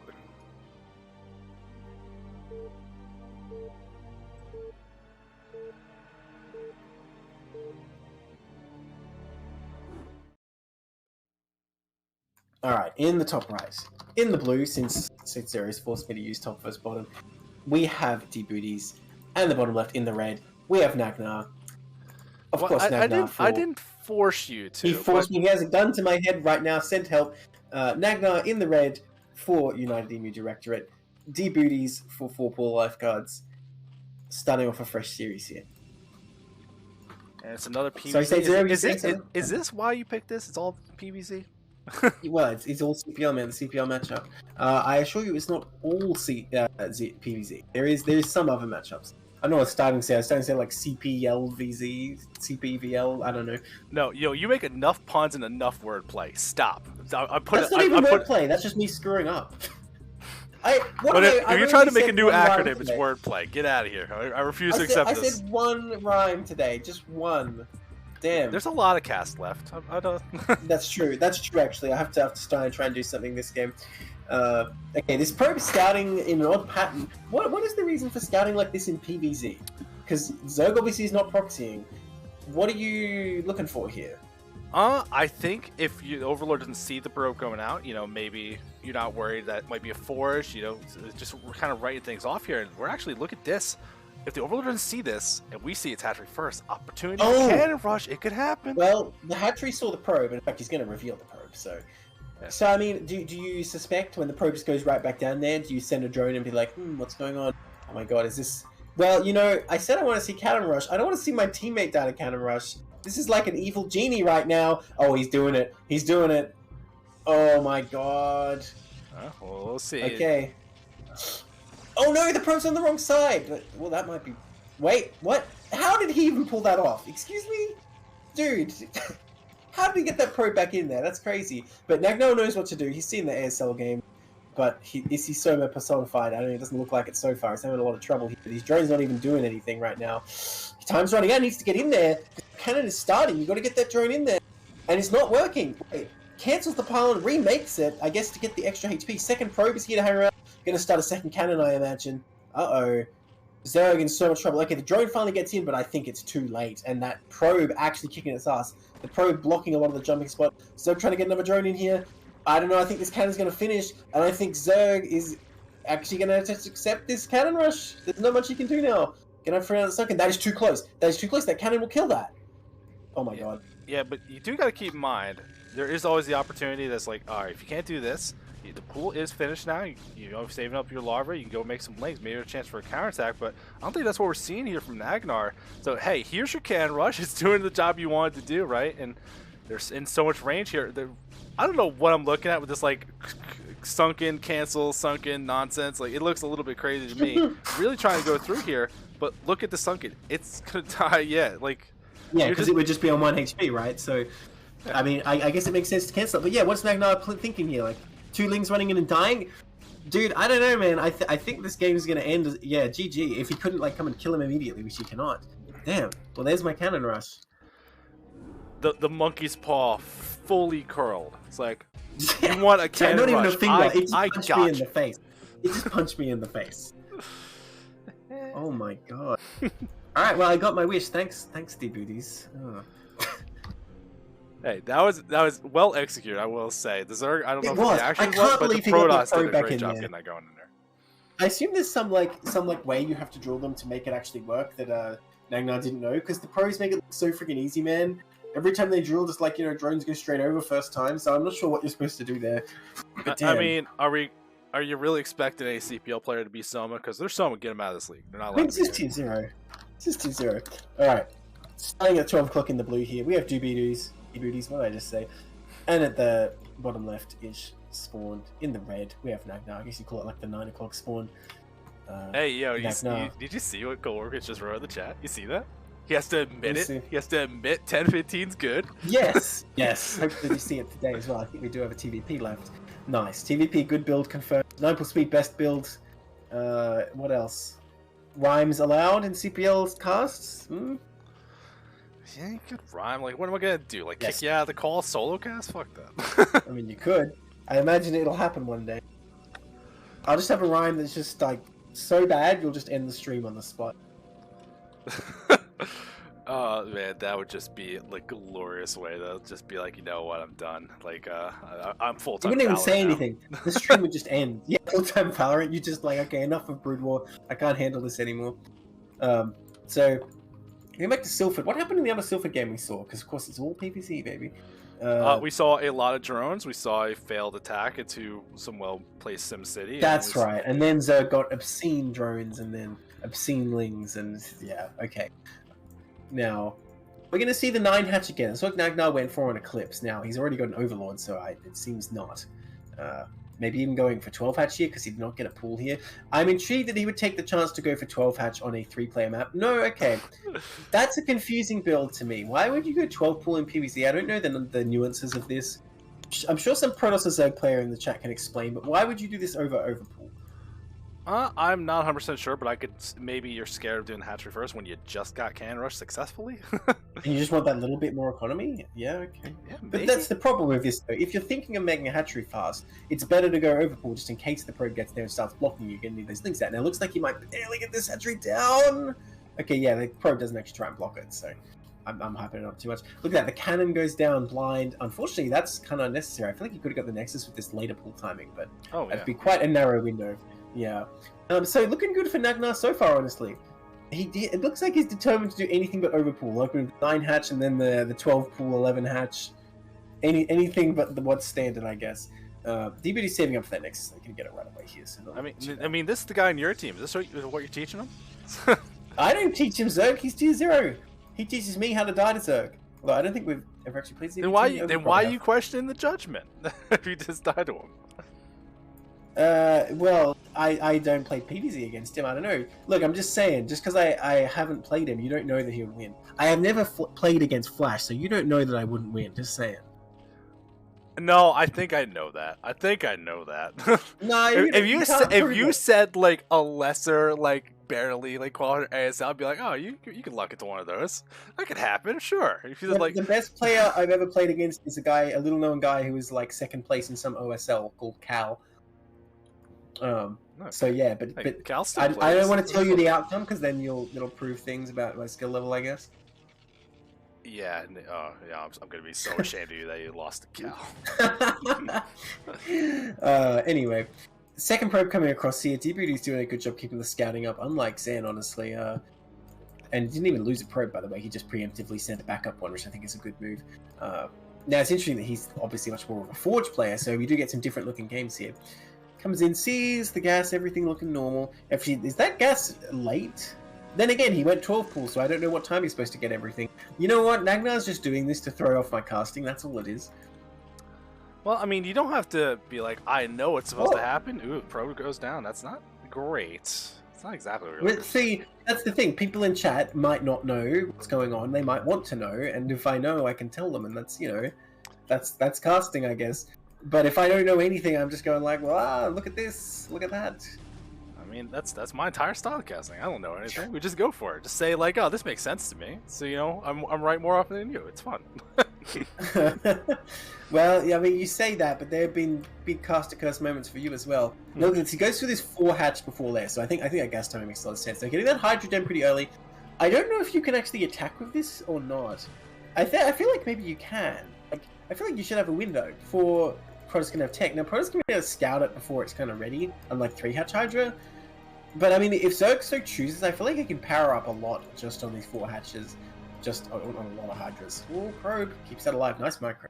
I mean, I don't know if, because everything's delayed, like you're saying, I don't know if there's actually meant to be an attack, right? Because if it's just Hydras to defend the Corsair, we see the Stargate nearing completion now.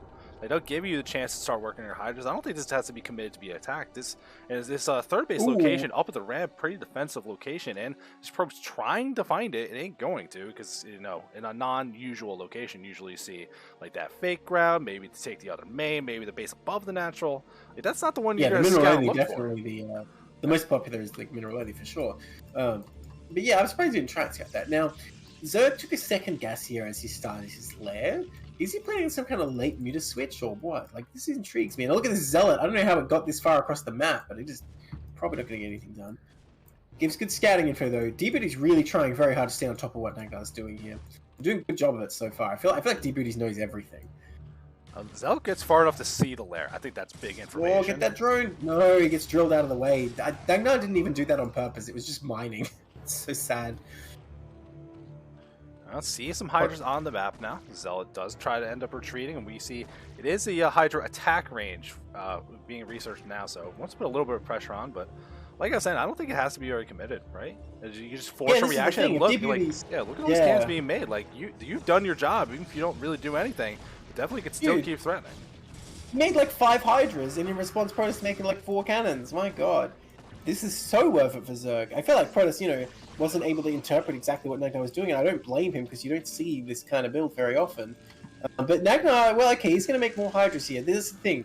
If Nagdar does make a lot of Hydras, kind of plays into D-Booty's hands, having made all these cannons. But wait a minute, look at these back rank cannons. There's a gap here. That might be a critical error, actually. Yeah, I think we'll end up seeing, though, if there is going to be much more commitment. As these upgrades do keep going through, Lair has finished working on the speed upgrade, but no Spire, no Lurker aspect or anything just yet. We'll see if that ends up being the choice or what Snyder going to do. And there is Lurker, so that explains the second gas. Let's make sure they can really produce those and get some control on the ground. He's going to start working on Siege in the front here. Forge upgrade is done, so it's annoying to lose stuff, but it ain't going to be the end of the world. Yeah, and like I don't think Protoss any chance of dying, right? Now the Lurker has been coming up pretty fast. I suppose that could catch Protoss off guard, especially if you can set up the contain, right? Those Lurker contains always deadly in this matchup. Now look at this, he's trying to pound through these. I guess Protoss happy to let these die because he's got to get out of his base anyway at some point. But with this many cannons, I don't think it's going to be an issue. Look at these drones, always the drone rally. Even in pro games, you see this all the time. It's so funny. Look at those drops coming up. Is that a mistake? I don't think that's a mistake. Like, is any upgrade hit by mistake more often than drop? Hang on, how is it not a mistake? Because his overlords are nowhere near the Protoss base, though. But he's got overlord speed. They can move there. He does? Yeah. Wait, how did he have time for that? His lair only finished a minute ago. Longer than that, man. Damn. I guess he didn't waste any time. I didn't even see that. Okay, alright. In that case, research away. That could be spicy. That could definitely bring the game to an end quickly if you get lurkers into the main and kill all the probes. We'll see what happens here. Oh, the speed zealot's going to come out here though. Nagdar needs to pull those Hydras back as soon as that happens. Well, I'm not sure what D-Booty is waiting for.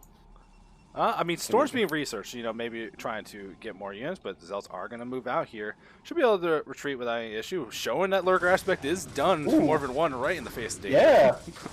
Yeah, and Protoss has no robo started right now, so bit of an issue here. The Overlords come across. Now, luckily the Zealots pushed back before they saw the massive Overlords. Looks like Zerg is just going to drop Hydras and Lurkers. He's just going to get in that main whatever he's got. And honestly, the robo only just starting, and in fact, they're a pretty vulnerable location if Zerg's dropping the main. It might be too hard for Protoss to defend here. He's getting a cannon in the main. That's not going to quite do it. Even the Zealots are getting beaten back anyway. Zerg looking pretty strong right now. Protoss really in a dangerous situation.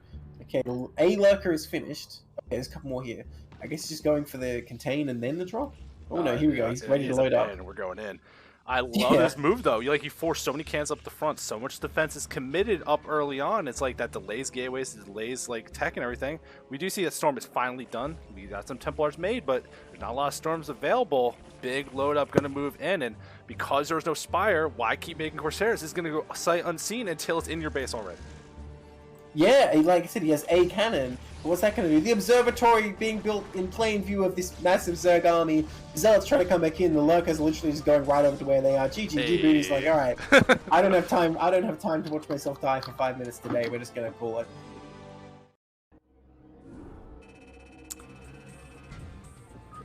Nicely done. All right, so we had 2 very fast and interesting games. We got what's going to happen on game 3? Does that mean it's going to be slow and boring? No, it's gonna be extra fast. We've seen in preseason the what was it, the 5 pool on Polypoint, so you know, maybe. It's time. It's time to pull it out. Let's go.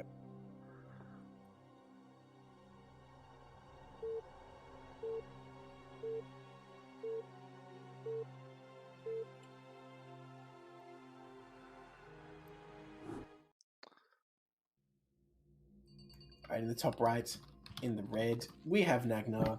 And the bottom right, in the blue, we have D-Booties. D-Booties, of course, for football lifeguards. Nagnar for United Emu Directorate. Currently tied 1-1 in this best of 3.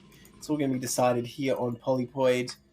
Honestly, I can't say anything about who I expect to win based on the first 2 games, because they both just ended in like a sudden attack. Although, you know, Nagnar's Cannon Rush defense not that great, so if Cannon Rush goes down, I'm favoring D-Booties. I don't think you planned the Cannon Rush, though, on the 4-player map. Like... And it's like, I don't even think the minerals are... See, that's why it's next level. I don't know. We'll see. We'll see what... He's going to make a forge, right? That's a given, right? He's going to make a forge, and if it happens to be a 9-hatch, then he just runs right over there. You know what? I'm gonna just let you commit to saying that, and we'll see what happens. We'll see if it actually happens. I need to predict, like, the most outlandish possible stuff. Protoss will be going carriers, and then Zerg will rock up with their queens, and, I don't know what happens from there. I'm not gonna commit. I don't know everything, Saetzero. No, so you know what you're doing though. Like early in the game, you're like, oh, we're committing to something. It feels like when someone's like, I don't care where we eat. If you suggest something completely ridiculous, they'll be like, man, fuck you. But if it's like, oh, I want to go here and it's normal, they'll just agree because they said I don't care. So it's like you gotta make it reasonable. And you're like, let's just go to X. They're like, I don't really feel like that though. Oh no, I don't play that game. I stopped doing that ages ago. Like if you say you don't care, I'm just picking where we're going. I just get in the car. I'm not telling you where we're going. Alright, Saetzero, we're casting a 10-hour TBT. Yes, that's right, 10 hours. You heard me. I mean, we can cast some TBT. I'm leaving at some point of it. You can enjoy it all you want. I don't know how long you last. One of these days, I should just start a cast, not tell you anything. It'll just be one TBT after another until you realize it's pure TBT. And you'll be like, how long is this cast? And I'll just be like, oh, I don't know. And until you realize it's actually infinite. See how long until you leave. Literally how you make sure I don't cast you ever. Really going for it on that one here. Now, it did... Yeah, I'm playing TBT this week. Just by the way, you can cast that. I don't know, we'll see. But we do get much more standard openings here. No cannon rush, but it is a forge expand with a cannon behind it, and it looks like it was overpool, getting the hatchery behind that as well. So the shenanigans are out of the way. They're on the most normal map of the bunch, so play the normal game. What is this probe doing? It's hiding. Okay, I guess it was just hiding the scout later. But it runs in as soon as the links are out, oddly. I was kind of wondering if he's going to try and build something, but obviously that would be insane. There's no way Protoss would pull that off. Well, I mean, he sees how many links are being made. Isn't that great information? Isn't that exactly for sure. I thought it was just weird that it was like hugging the wall over there. Because you can just run circles around the hatchery. You don't need to hide. Because Zerg knows you're there. You know? Like, I don't know. I'm really overanalyzing like one move of the probe. But come on, there's nothing to talk about at this point in the game. We're 3 minutes in. And like I said, my PvZ knowledge is already exhausted, so I'm still going to talk about the probes. Look at them go. We can just talk about probes all you want, buddy. We're not going to see anything too weird here. If there is going to be that chance for something weird, it could maybe be Citadel. We'll see if it ends up being 3-hatch Hydra or like actually a commitment to Mutas, which I feel like it's still so strong but so rare these days. But, you know, right now, we're not seeing anything crazy here. A third base being taken at the mineral makes a lot of sense for Nagnar. It does always make me lean that slight bit more that it might be 3-hatch Hydra just because the position's good to put pressure on. Yeah. But then, if you really wanted to do that, you could take the 3 o'clock, say, right? If you're just totally dedicating to that. Yeah, but there's like no... That's less of a follow, right? Because if you take this mineral base, you're in a good position to be aggressive. You don't care about not having the gas, and then you got a base in the way, so when you take the 12, like, afterwards... like yeah, that's true. All makes sense. That's true. That's the setup Zerg really wants, right? Yeah. What we see a lot on this map, those 4 bases, and then... oh my god, this forge is not protected! Look at this! Oh, that's adorable. I love it. This is really painful for Protoss. He has to either make a second cannon early. Okay, the Zealot's going to come out, but I mean, surely when Zerg sees this, you're just like, oh yeah, look, he does have the Hydrogen already. You friggin' called it. But he has 4 hatches, so it's kind of like last game. But surely he comes across and pressures this forge, right? Yeah, and we'll see when the pressure actually does go through. But if you can keep putting a little bit of damage on that shield, make the fort a little bit easier to break, that's actually not a bad idea. Because you're always against the, like, to stop that first upgrade, it's always a little bit of a race to the clock. And if you can't stop a Ling from poking it, you can't stop Hydras without range from poking it from the left side either. Yeah, I like 100% Lings have melee range, right? And look, a bunch more Lings did come out. I assume the Hydras to follow. Like, there's no way this Forge is surviving. The question is, like, can Protoss possibly delay until +1 is done? I can't really see how. That's some disaster with these Lings here. But they are going to have to deal with these Zealots at some point. Well, Zealots are going to move back, try to put a little bit of pressure. As long as they don't get caught, it's not going to be too bad here. Looks like one's going to take a little bit of damage. Hydra speed's about halfway done, and it is a Citadel opening. No Stargate this time, so you know, got to have that robust ground game. We'll see if they're in a good spot. Cann's being added on behind us. We'll see if Nagnar tries to scout it. Got the Overlord in the base to see. No Spire, nothing to worry about. Or no Stargate, nothing to worry about as far as what Zerg is going to be trying to do. So we'll see how much pressure they want to put on, or are they just going to go right back into drones? Zerg is mining gas from 2 bases already. I'm pretty sure he's going to throw down a Spire when the Slayer is done. I hope so. Because he built that Citadel right under the eyes of that Overlord. Yeah, this is what I'm used to seeing, so like that's what I want to see here. Oh, this Overlord. Goon was made trying to stop it. Can's going to try to shoot the other one. Too? Yeah, okay, it gets past. Please kill that Forge. Man, if this Forge lives, that'd be the biggest twist. I guess the Goon can help protect him, but 4 Hydras, they take the Goon easily. No, it's not. It's the same thing, dude. He's getting speed, and I assume he's going to get Lurker Aspect. Why else would he be mining double gas, right? Well, he's getting Hydra range right now, so he can't get Lurker Aspect. Why double gas? I don't understand. Do you need that much gas just to get Lair and Overlord speed? I think just to get it like on time and have money for the Lurkers. But what I'm really looking at here is if you know there's no Stargates, how are they going to stop if your plan is to go drops again? What are they going to do to stop you? Yeah, I mean, the thing is, you can potentially like just not get the Stargate at all, and then you can get the Robo bit earlier because more gas, right? And if you just have more / better army, maybe you can defend this better.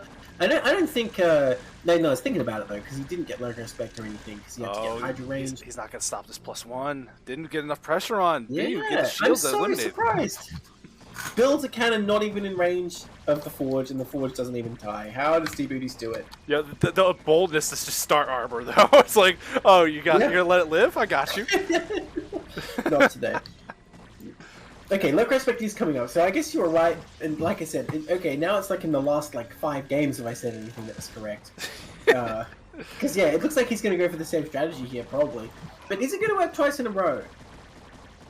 Well, see, as pros though, like you don't have any way to stop the drop, so you got to get ready for a defense.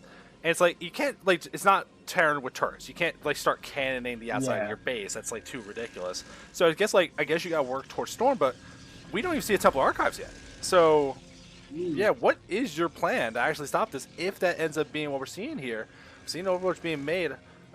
Is there... I don't know. I don't see the drop being researched just yet, though. So, I guess, you know, if that happens, it'll happen later. But there's still a lot of Hydras up at the front. Lurker Aspect's going to be finished soon. A lot of drones behind as well. So, Nagnar might just be abusing how defensive Debooties has to be here. Especially after maybe the whole idea here is just to set up this contain. Because the Lurker container's going to be up pretty early. Thing is, you know, not having that many drones behind it, having gone for all this super fast tech, it might still be just too strong for Protoss to break. I don't know, honestly. And I'm pretty sure that's his plan at this point. And man, is that really enough Zealots without Storm? I guess Zerg thinks it is. Maybe he's right. But see, +1 finish. That's the thing. Man, Zerg needs to get a Lurker out. He has Aspect. If he had like 1 Lurker in each base, there would be no way Protoss would attack. But unfortunately, there was no Hydra in position to morph, and you can't exactly do it while you're running away. Well, I think he's not trying to use the gas because he's building a late Spire now. So what? But he has like 700 gas almost. Yeah, sure, that's going to be a lot of units, man. Don't worry. Oh, no, I don't know about this. If he loses all his drones before that time, Zealot's going to be distracted. They're hitting drones for a minute. Morph some Lurkers to keep the Hydra alive, but at the same time, it's letting Protoss kind of just win the fight because they're not helping battle. This third might die, man. Like, well, okay, the thing is, I guess he can't kill both hatcheries before the Lurkers are done. And the drones are going to run here, but I mean, pretty good attack for Protoss on the whole. Just to get that Goon out of there. Oh, he's trapped. No, he can fit through there. What? A Goon can fit from there? With an egg? Man, what even is StarCraft? I need to, like... I have a friend who doesn't play StarCraft. Sometimes I send him screenshots of tight walls that, like, obviously have a big gap graphically. I need to send him this, and then send him, like, a tight wall of, like, a barracks and factory, and be like, which one can a goon fit through? I bet you he gets it wrong. I bet you think you're bullying him. Like, it's like, oh, look at this guy's gonna get it wrong. Yeah, look at this guy who doesn't play this game, doesn't know anything about it. What a noob. Literally me. Alright, so that base does go down. Or, like, at least, a lot of the stuff goes down. Drones have to stop mining. It does do some damage, but Nightmare's drone count's still looking pretty good. A lot of lurkers being added, so he finished the Spire, but not utilizing it just yet. A lot of drones behind it instead. And gonna start back up on working on some of these Evo Chamber upgrades for the Hydras. We'll start working on that first +1. Booze is moving down the map with a decent amount of Zealots, but not trying to secure the next base. Has a, oh no, he has a killer gateway with a cannon because it's trapping a High Templar. Oh no. Rip, that's unfortunate. Look, honestly, he needs to kill, like, a cannon here as well. I guess goons can go all the way to the left, then go out, but you really gonna make them do that? Yeah, that kind of sucks. But yeah, I feel like Protoss' army is a lot stronger, it's just he lacks detection. Once that's out, Zerg's really just relying on having a perfectly spread lurker field, and that's the only thing that's keeping him alive, because really, I think Protoss' army is pretty strong right now. So, I feel like if Protoss can just roam and deny fourths, it's going to be a while before Nagnar can actually take one, but does Nagnar even care? I don't know. Oh, okay, yes, I guess he does. See, I predicted it, but just at the wrong time frame. Hey, you know what? We'll let that be enough. Not a problem here. I like the Nagnar's little move, though. Gets an Overlord, goes in. It does bait a little reaction to Boo. He's like, you're not dropping crap on me again, but yeah. There's nothing in that Overlord, but does see the gateway count and kind of gets to go through here. Oh, dude, he sees the fourth. He will definitely come over here and kill this, right? Right? I mean, Saetzero? It makes... Dude, I'm not, like... You jinx them yourself. Like, don't drag me. Why would he not, though? I'm waiting for it to inevitably not happen, because I said it would happen. I'm just trying to imagine why it won't happen. I mean, you let it finish, so you actually kill it instead of cancel. Okay, but then Zerg might be able to get his lurkers there or whatever. Surely you just want to make sure that doesn't happen. Okay, here he comes. Okay, good. Oh, well, here comes Zerg, though. That's not... The Protoss army getting split up, unfortunately, but at the same time, they are kind of delaying some units coming up here. If you can get some good storms, look at those lurkers coming down. It's a lot of lurkers, man. That's so many lurkers. People never storm those clump lurkers. It makes me so sad. It should be just like an instant trigger for Protoss. See clump lurkers storm. Like, when you see vultures in your probe line, should immediate heart attack. There wasn't Templar with the army. They're slow. Like, they were. No, I'm looking on the left side. They were. Oh my god, these lurkers actually surrounding everything. These Templars, okay, get a storm down and morph. Protoss trying to break through here, and the lurkers not that good when they're moving into the Protoss army. Looks like Zerg will break this location.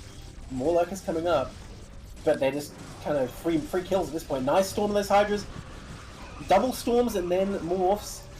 Patrick barely gonna live. Are you kidding me? What are you doing, DBs? What are you doing? Oh my god. Oh man. Are you kidding me? You got preemptively freaking cast a curse now. When I heard you saying it, you're like, oh, the hatchery's gonna, and then you had to cut your sets off when you realized you were wrong. I've been casting for a while. I was able to stop, well, not even stop myself. I didn't even slow down. I just said live as I saw it happening, Oh my god, he blocked his Nexus over here as well. Chaos erupting on the battlefield for DBs over the last couple minutes. This was going fine for Protoss, and now it's suddenly like, what is happening? What is going on? Zerg up to 60 drones. Okay, he's morphed one, but he was at 60 drones, I promise. Oh, there's 9 more on the way. Don't worry. Lots of drones. Lots of drones. And yeah, Protoss only just started in the third. Suddenly this is swinging way in Zerg's favor. My god. So My god. Okay, so I didn't watch all of ASL stuff. Like, was someone playing this like heavy drone style, and it's just like this the new thing? Like, why is this happening so frequently right now? No, Nagnar's style is very weird. Let's not talk about this right now. Zerg attacking into the location, Protoss attacking into the location, but the Zerg was extremely prepared for that move. Already morphed the Sun-Guns, had the Lurkers spread. That was actually very bad for Protoss, losing a whole bunch of Zealots there for nothing. He got a Lurker, but not worth. And even that Spore, man, Protoss never getting in that base. Look somewhere else. Take your fourth, Protoss, because this is Zerg's base now. About Nagnar's style, like going this very heavy, like very fast Lurker style. I think in the pro meta, like pro Protosses are just good enough at like taking on lurker armies when there's not actually that much of them. Like, they're not prone to, like, having bad engagement, say. They can, like, pull it off. That it's not effective to just have a smaller army but higher tech, i.e. having lurkers. Like, they need to get a lot of Hydras as well. That's my take on it, anyway. Well, no, I'm not talking Nagnar, like, because also Type 100 just this incredibly high drone count kind of army. Yes, oh, that's true. Game, like, yeah, really... that I don't know about. We definitely didn't see that in ASL. ASL, like, didn't look 77. What is this? Yeah, okay, that's just too much. Is he going to start building Ultralisks? Because that'd be kind of cool. I kind of want him to. Look at all these Sunkens. Dude, he's playing like stack defense style. Look, the thing is, we've seen in the previous ASL a lot of like muta plays, and that disappeared somehow this season. And it was really just like pretty normal, like Zerg playing for Hive a lot of the time, especially on this map. So yeah, Nagnar definitely not taking inspiration there. With this drone count, my god. At some point, you just have so many drones, you could overwhelm the Protoss army with them, it feels like. Yeah, now, an observer did see the Zerg up here taking the 12 o'clock, and we'll be able to see a drone taking this base over on top left as well, so you see Nagnar trying to expand across the top side, and an Overlord did see at least his army moving out. His plan is revealed. Do you see in the main? That isn't a new building, my friend. That building's been there for a while, but it's changing into something else. I mean, that's awesome, but I don't. Yeah, we'll see how this I don't works. love it. Where's his gas, man? He doesn't have a gas bank. What? How's he going to pull this off? He's mining from 4 gas, so he can build up a bit. But is it really going to be enough? Okay, there's engagement happening here that seems to be favoring the Protoss pretty well. He gets a couple Templars, but I don't think it was quite worth it. But there's a lot of lurkers around, a lot of Sunkens. The 12 is weak, but by the time Protoss gets over there, Zerg probably able to reinforce. So yeah, I don't think Protoss going to break through here, but he did take that 4th completely unopposed. And I mean, there's a 5th that's going up at the top left as well. That'll help secure the main as well. So I think, like, Debus's got this observer. He shouldn't know what's going on. We'll see what the move ends up being here. Keep trying to poke out into the middle of the map. Now you're doing a good job not engaging when the army's not going to be strong enough to do it. We're going to see consolidation. Muta's being made, so Greater Spire will come into play. Maybe get the army out of position, force Templar to go back home. See what it ends up being, though. It's a really cool move. I don't love it. Those Lings don't have speed, by the way. No, they don't. I just noticed. You got a dream before speed. The dream. I always dream of doing that. Look at them go. They're so slow. Oh my god. Okay, Protoss. I don't think Protoss can get up in here, though. Oh, man. No. No, get out of there. Okay, he's going to pull back. Now, only 1-2 for Protoss here. +2 weapons not even on the way. That's a big issue here. So they're going to finish Carapace pretty soon. Those Lings doing the best they can. Honestly, if nothing else, they're baiting all the storms. But Protoss being pretty efficient, just roaming and picking off units so far. Hasn't committed to any bad attacks, so he's getting a lot done with his army so far. But can he really keep this up? Some mutas fly straight into cannons. Good job, Mutalisks. I guess they want to morph behind the natural, but that ain't happening today. Yeah, I mean, that would be the dream location. But now you know there's a base there and what kind of defenses, so, you know, maybe you can use the knowledge. Is that worth 300 gas, man? You could have sent 1 Ling. These Lings are in position. Speaking of Lings, yeah. Those are worth it. Protoss sending a lot of army to deal with a few Lings here. I feel like a lot of Protoss underutilized like lone DT to like deal with this kind of thing. I think it'll take a little while, I guess, but if it's constantly patrolling up and down there, you'll clean out these Lings constantly. Alright, so I know you say it, and I don't know how serious you are, but at what point is it actually too many drones? We're now 81. It feels insane. I think 77 is already too many. I think you don't ever want anything over like 60, but I don't know. I'm sure there's probably situations where maybe you do. Can these Zerg and chat weigh in on that? You definitely shouldn't have 78 right now, I don't think. Oh, we are seeing this big Protoss army move towards the top left, which, I mean, that's a realistically new base, right? Like, is that your big commitment you want to go for? You'd be way away from your army. Yeah. It's a good opportunity for a counterattack, but that's not what we're seeing here. Nagnar is sending units trying to actually fight this off. Mostly Dragoons. The upgrades are okay, but there's not a lot of weapons upgrades. Yeah, this army's so disjointed, unfortunately. Very spread out. It needs to be tightly packed to take a good fight. But Protoss still looking pretty strong here, actually. And the thing is, there's no Defiler tech. It's just consumed starting just now. So it's hardly likely that a counterattack is going to take out all these cannons around the place. So I think Protoss can be pretty secure in making this attack. The only thing is, can he actually break through? Again, this army very separated. Look at this little group getting attacked by these Lings. 3 goons standing off in the room. What is going on with the Protoss army right now? And Protoss not even maxed, by the way. Whereas Zerg is at 180 supply. That's a big issue. Decent storms going down, and the goons finally get all together. Well, no, not quite. again, yeah, I'm questioning the micro from Djibouti. Units kind of just going in all directions and getting picked off in little forces. It's kind of coming together a bit more now. Yeah, I don't want this to turn to a game, though, where I'm already seeing it with some of the attacking. We're seeing it from Nagnar, where he's like, I got all these bases, I got all this larva, and it looks like he's just grabbing stuff and, like, a move on the minimap in the corner. Just, like, go. Because it's not being consolidated, it's running into the Pro's army. Oh, my God. You freaking predicted this. Oh, my God. No, these lurkers. There's no observer here, but it doesn't even matter.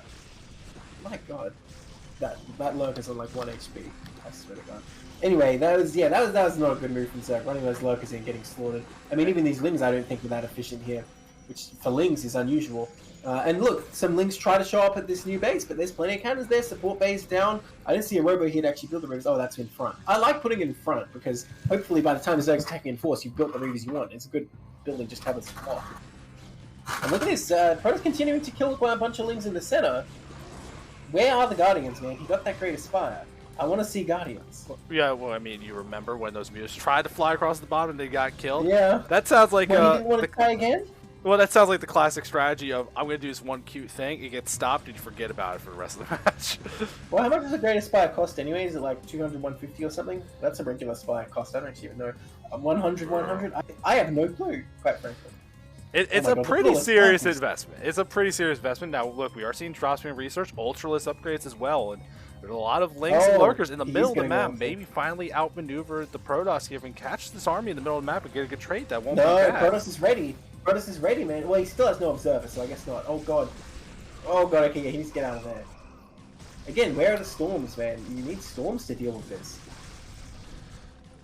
I feel like every PvZ cast end up saying this. Lurkers are just broken if they're clumped together. You need to splash damage to turn that around. You can never have a good engagement against that many lurkers that close together.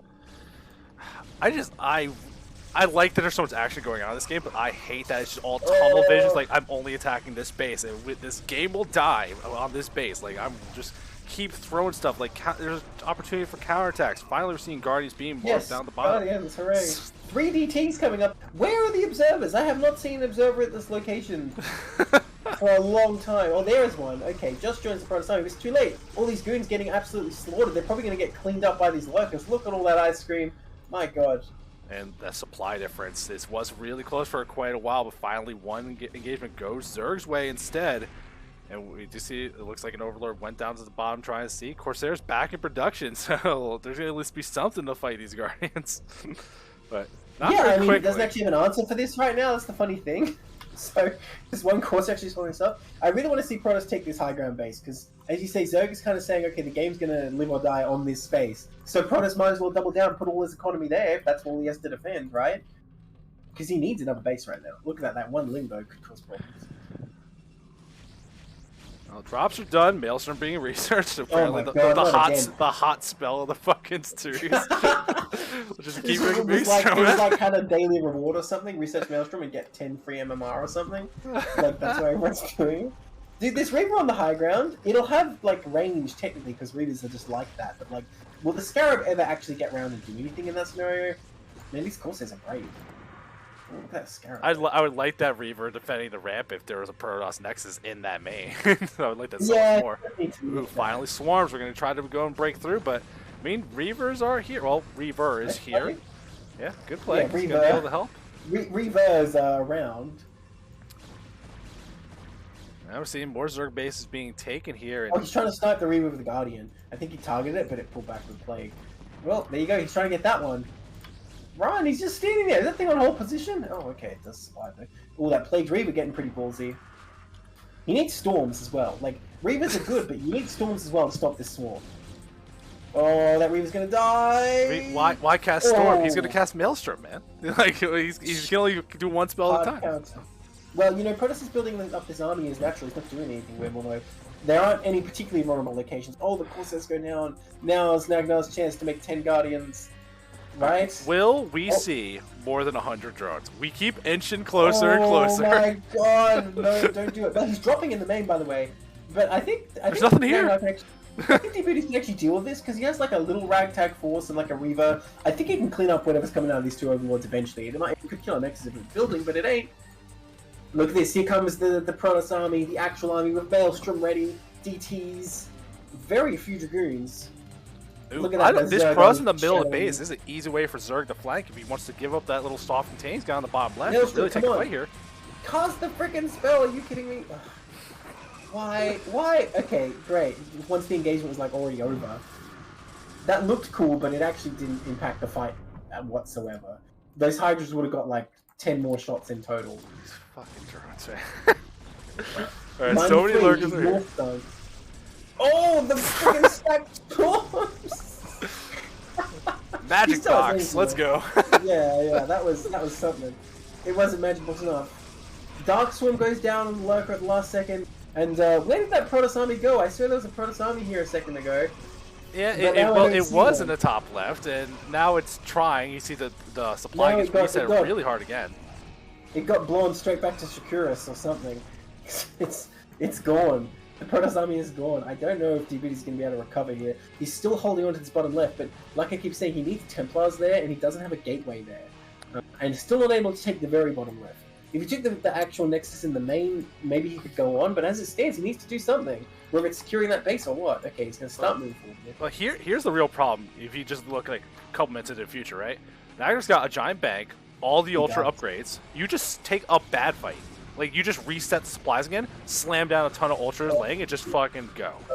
The way he's playing, that's going to be perfect. Oh, okay, he lost the Reaver, but this enables Protoss to actually take this Nexus. Now, DBDs have to make a crap ton of cannons here, because he knows that drops are coming. It's already on the way, man. There's no observer to see it, so it's gonna be in there right where there. There's two goons. Two goons ain't gonna be enough. Dude, this is game ending because he's never gonna reclaim this location now.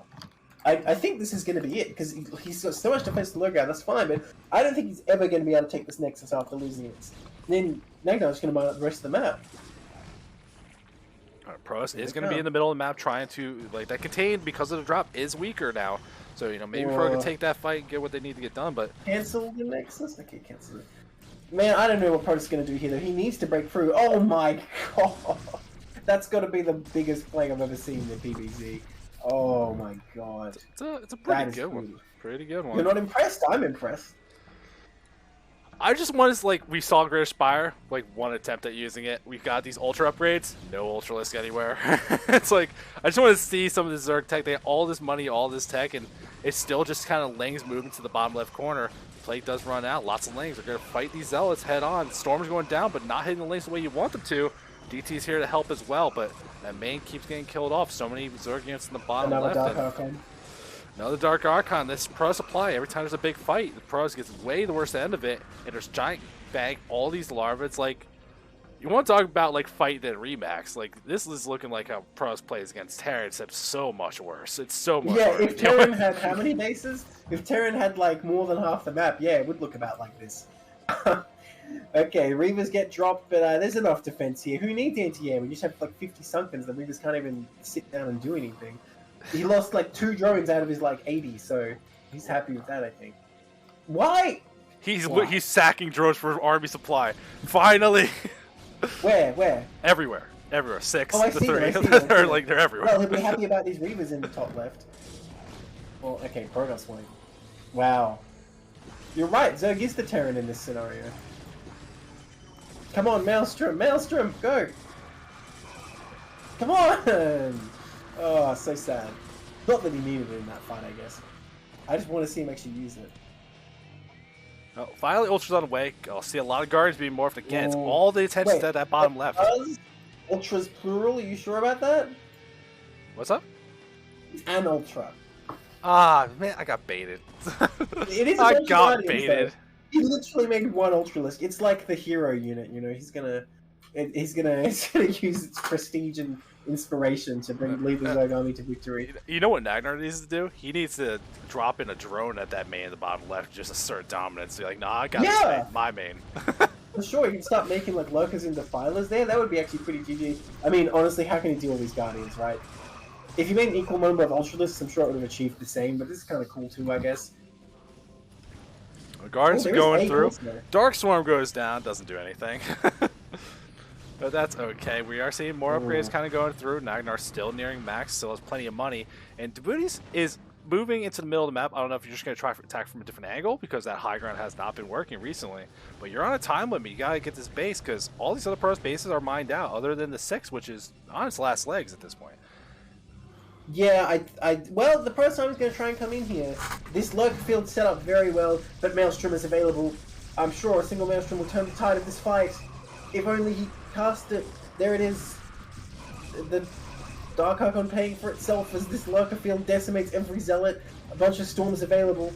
He's going to storm those units under Dark Swarm. The Guardians can't hit under Dark Swarm, but GG.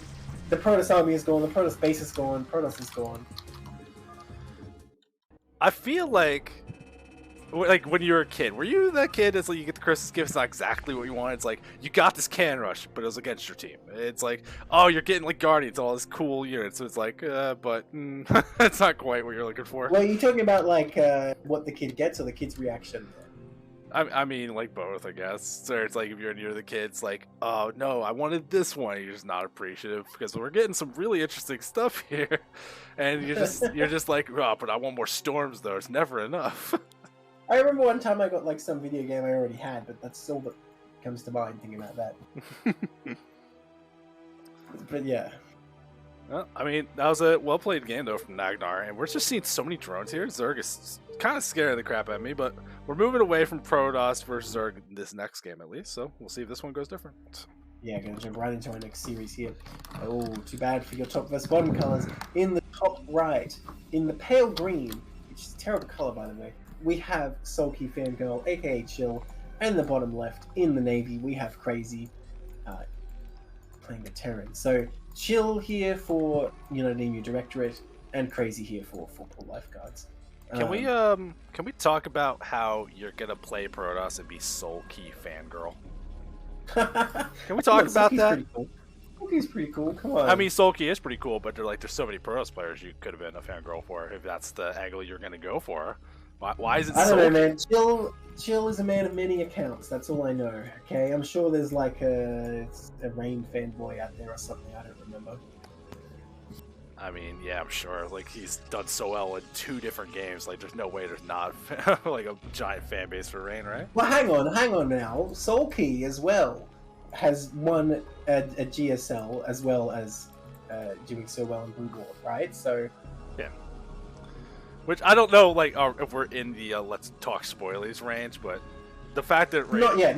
Not about. I know what you're about to talk about, but maybe what about last year? So. Okay.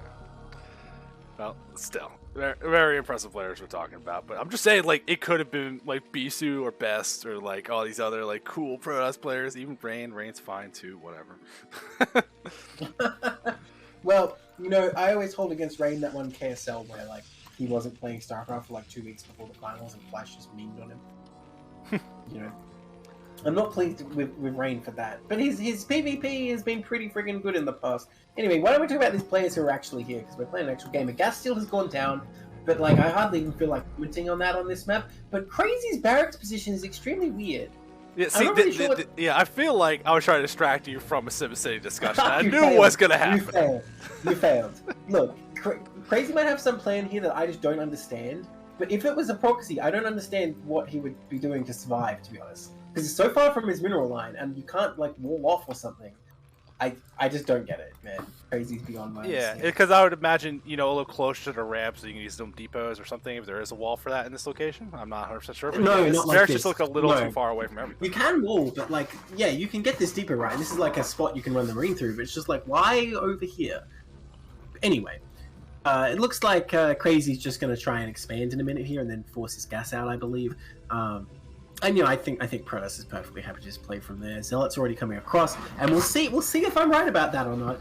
If Crazy perfectly defends this Zealot harass, I will take a vow that I will never question anyone's SimCity again. All right? Because I disagree. I disagree. There's no way that's true. You won't let me take a vow? Oh, you don't believe me? No, you can take the vow. I don't think you'll do it. Oh, I will. It's locked in. Chat, you are my witness. Chat, you are my witness. Someone clip it so I can't get out of it. And when I say perfectly defend, if he loses more than, say, like, a Marine or ASCV, it doesn't count as perfect, okay? And, okay, that injured SV doesn't count if he kills that because it's kind of just there. Yo, all these conditions, see, you're trying to get out of it already. Well, no, that was against me though. Because I say if that SCV died, it wouldn't count as a not perfect defense. So honestly, if Chill doesn't even attack, I guess I'm screwed. That's the problem here. Alright, I guess I can't Christian SimCity ever again because he didn't even try it. Oh no, here we go. It's not too late. Save me from my vow, Chill. I know. Here we go. Ooh, Zealots getting some damage on the Marines. There's 4 Marines out, so it's a bit dicey for the Zealots, but they're going to do their best. Takes out 1 Marine already. Second one falls immediately as well. And he's got a Zealot on either side of the wall. What are you going to do here as Terran? SCVs have not been pulled. The bunker's going to finish, but it's going to be a very sad bunker without anyone to get inside it. So about that perfect defense. Yeah, that wasn't that great, huh? It wasn't. The position didn't matter that much because he was down at the natural, but I still am not a fan. And look at that. Now he's going to work in this bunker. If he takes it down when the goon arrives, it's going to be tough times for the Terran indeed. Zealot's still on the way. In fact, the first goon has not even started. The Cyber, they're just starting now. Protoss got a Nexus super fast with this pressure, but he lets the Marines in, and those Zealots are very low, so I don't think this bunker's going to fall, actually. Miraculous hold here for Crazy, or is it? I was wrong. I cursed that bunker to death. Literally killed those 2 Marines with my own bare hands. That Zealot's going to die, though.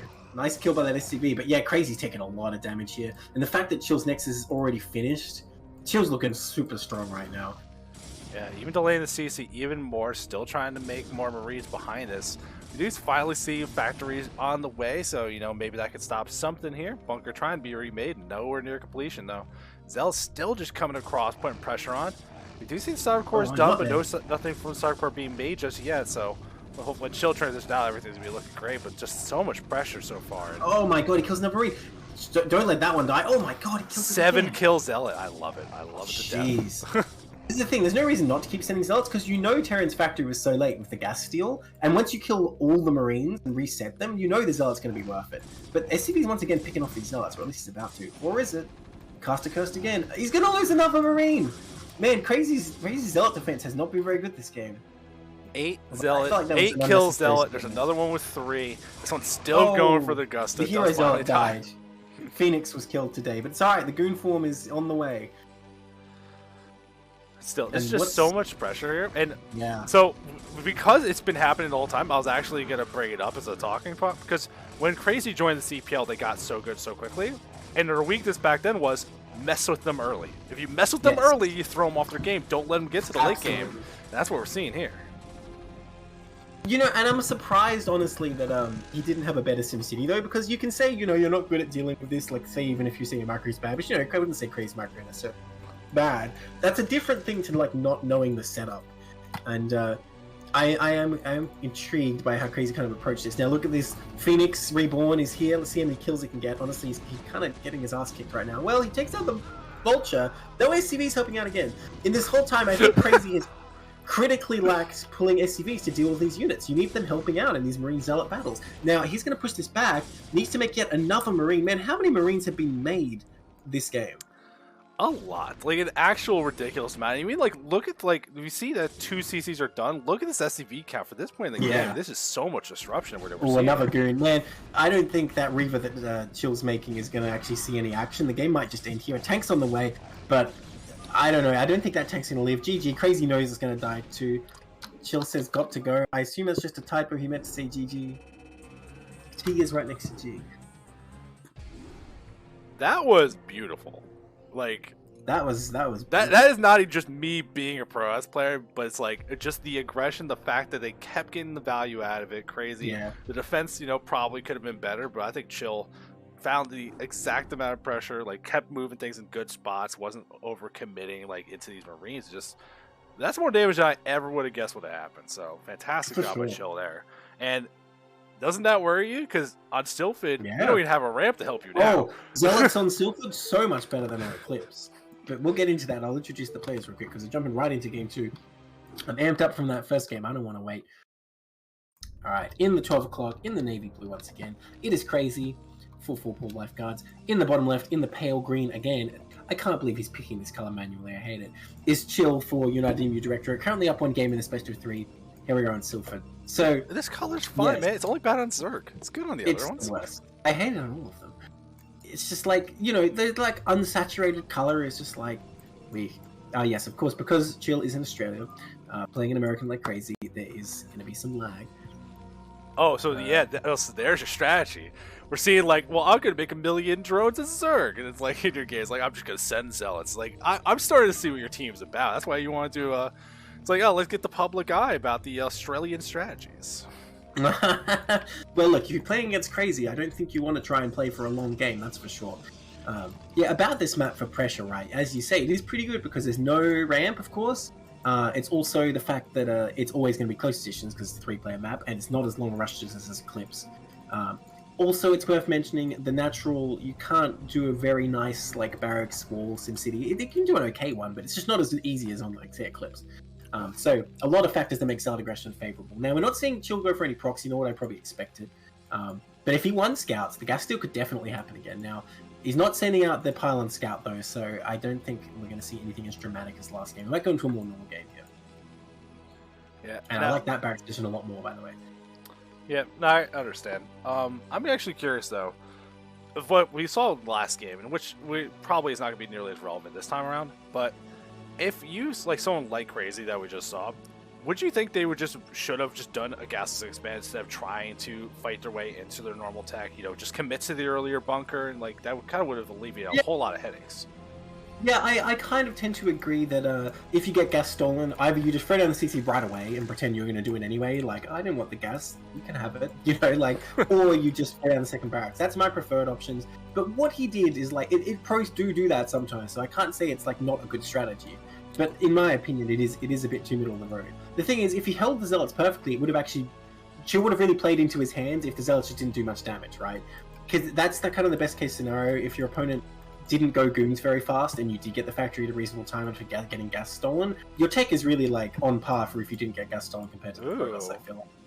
Hey, look at this. This is my preferred Sylphid build. Nice. Let's get 2 gateways nice and quick. And, you know, you don't have to go for immediate scout with only 3 locations. You either find them or you know where they are. Like, you're good. And this build's going to do this damage regardless here. We're seeing the range going down, first goon on the way. And unfortunately, Crazy is going to get that second scout, so... Yep. Well, it'll be in time, unless the goon pops out and blocks him, which I don't think it will. Besides, the goons need to go across the map of this build. Now, this is the thing, without a ramp, this is really tricky. You scout this on any map with a ramp, you don't really want to go to your natural. You're just going to sit on your ramp and get siege mode, and you'll be happy with that. But you have no choice here. You must go out and get the bunker, because you're not going to hold this little choke against 10-15 goons. There's no way. Now, he gets in, he sees the 2 gates, so Crazy going to know pretty well. Now, he does need to get that bunker down. I'm surprised. It looks like he was intending to stay in his main here. If it's a regular build, you can totally do that, because there's not going to be that many goons. You know, you kind of just micro the Marines around a bit. Here we go. He's going to throw down the bunk here. Or is he? Okay. Crazy. I know I said it out loud. That doesn't mean you don't have to do it. I'm kind of... This is looking very dicey for Terran. I almost said for Protoss. And he lifts the barracks, too. Okay, he's going to throw it down now. Alright, he's just delaying as much as he can. I was getting scared there, because if you don't have a bunker, I don't think there's any way to survive, really. Best you can do is like wall off and then lose like 5 SCVs trying to repair the wall or something.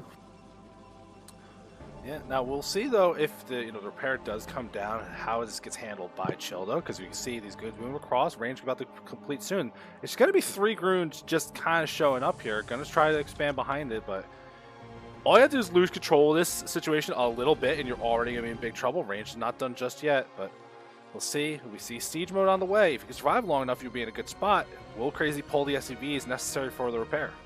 He already needs them there. He's already kind of playing with his life right now. Okay, they are pulling just in time. Now, I will say, I think Crazy really needs a 4th SCV, Marine. SCV is getting in the bunker while I was saying that. That's why I said SCV. He really needs a 4th Marine. Against this, you really need 4 Marines in the bunker. Because when the goons dive in, and they will dive in, make no mistake, you need to be prepared for that. And do as much damage as you can in return. Now, Crazy not sending additional SCVs is a big issue. You need to be ready. Okay, there we go. They come just in time. You need to be ready for the additional goons to jump on that bunker. Unfortunately, you lost your scouting SCV as well, because you really want to know what Protoss doing behind. So Protoss already getting a Nexus, which is quite fast with this, when really you could double down a lot more goon production. So they're just going to put the pressure with just these 7 goons. 6 goons. One's coming from the natural. And siege mode's done. So I suppose Crazy's not going to die here after all. Yeah. Still put on all the pressure you can here, and I do like that Crazy didn't get overzealous with the tank to try to move forward. Be like, he waited for siege, no big deal. Ooh, is going to try to maneuver it around again. Paying attention to make sure the repairs are go. And like you can rotate these goons with their shields, right? There's no reason you have to pull back immediately. Well, let's say he's going to pull back. Just try and be careful. That one does take HP damage, and that's fine. Just keeping those goons because you have a pretty solid contain now as well. Terran can't really get out and put any vulture pressure or anything like that. Now we did see a Stargate coming up immediately. It looks like this is going to be a 2-base carrier playing. You know, I'm not sure how I feel about this because I would have liked Protoss to get a third Nexus rather with this. You're really thinking carriers, not arbiters? Because he's not getting well, air weapons. He doesn't have a Citadel. He doesn't have a Citadel. How is he going to get arbiters? I guess, but he's also not getting air weapons. Yeah, I suppose. But if you're going 2-base carrier, you're really worried about the upgrades. You're just kind of going to show up with carriers, right? I guess. Huh. There's no way a tier 0 player is getting. You're right. It's just I'm surprised not getting the weapons. It seems like it would make sense to me getting that little extra damage because you're gonna have it's gonna be a long time. Saetzero, can you handle the truth of how I know? Because Chill's done this exact same build to me on Silphid. That's how I know it. Look, there's the fleet beacon. Okay, hey, that's completely fair. I think that's reasonable. I will say I'm a little surprised. I think if you wanted to keep putting pressure on, you know, I think this is a good opportunity if you wanted to like get a shuttle, really try to get in some ass with some extra gateways, you know, drop some zealots on these tanks and really open things up. But if you think you got a lot of time here, but if it doesn't work, you're in such a bad spot because you're not you're delaying your expansion so much here. We'll see if it ends up going through. Well, that's what I feel about this 2-base carrier, right? If Terran figures it out, he can just kind of take you in a straight fight, and then, you know, whoever wins the straight fight wins the game pretty much, right?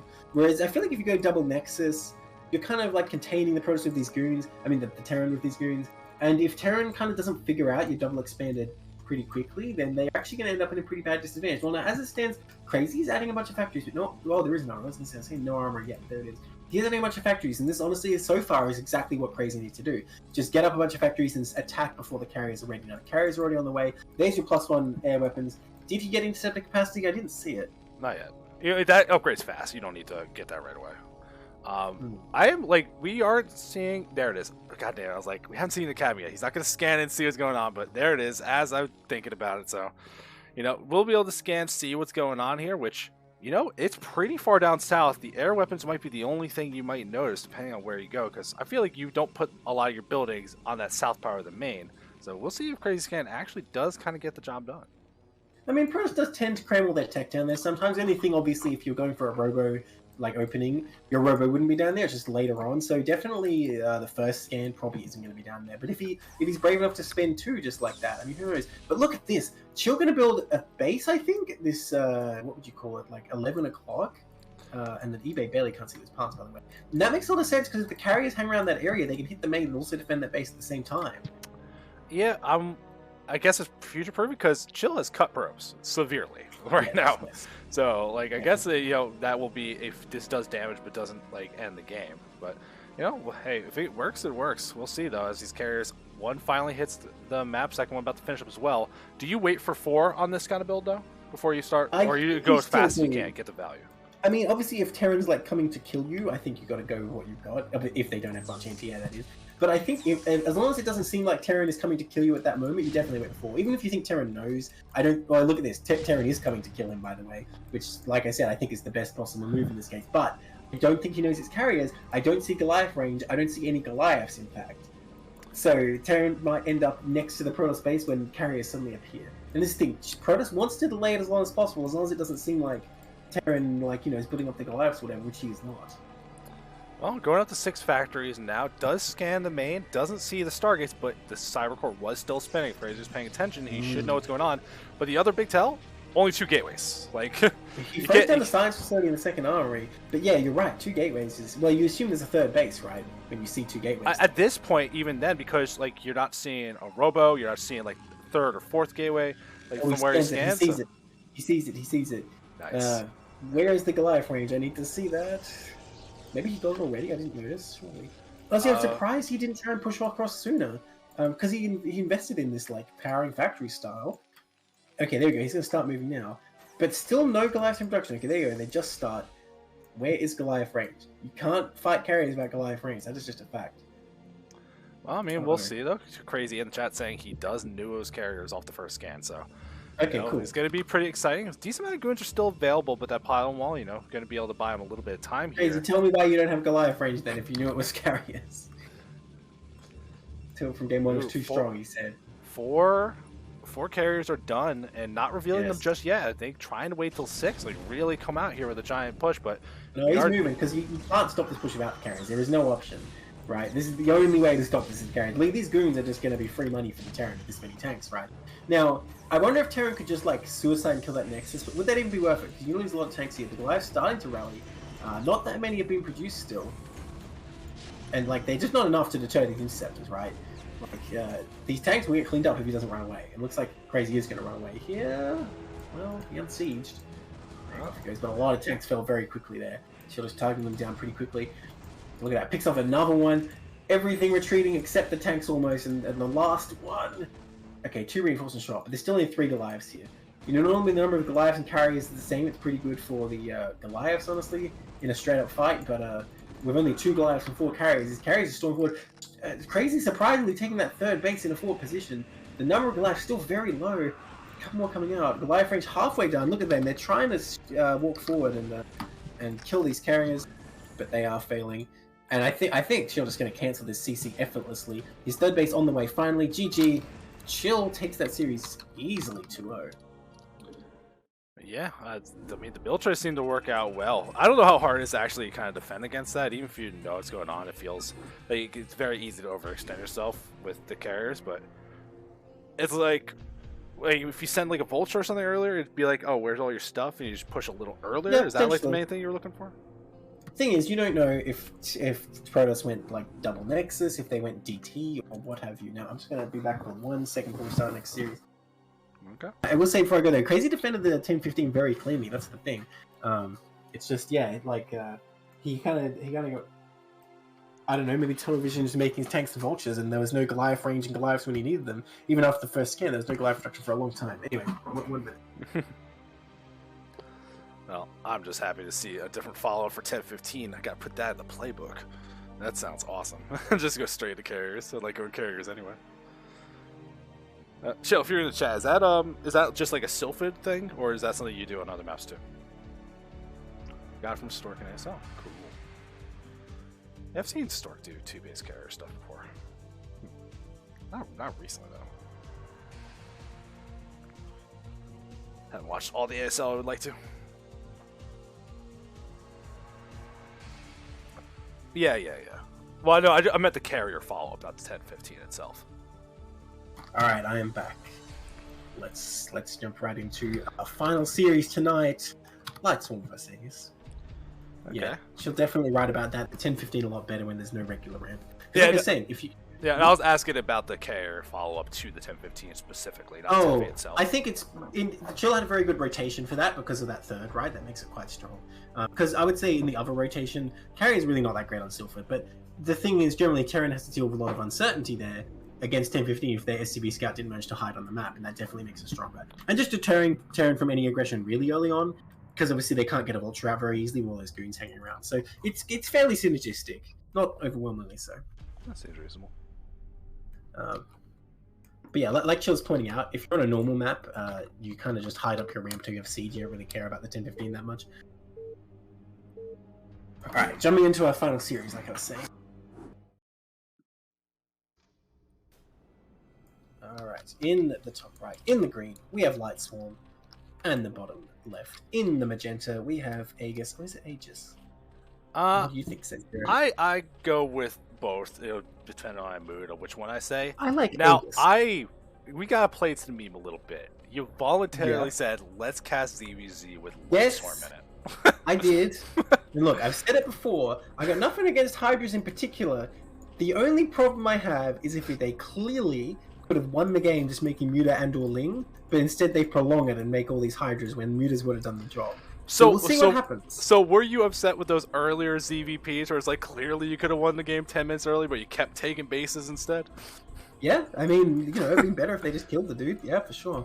It's not as egregious as some of the Hydra ZVZs we cast, though. Like, you remember the ones. It was you I was casting with, right?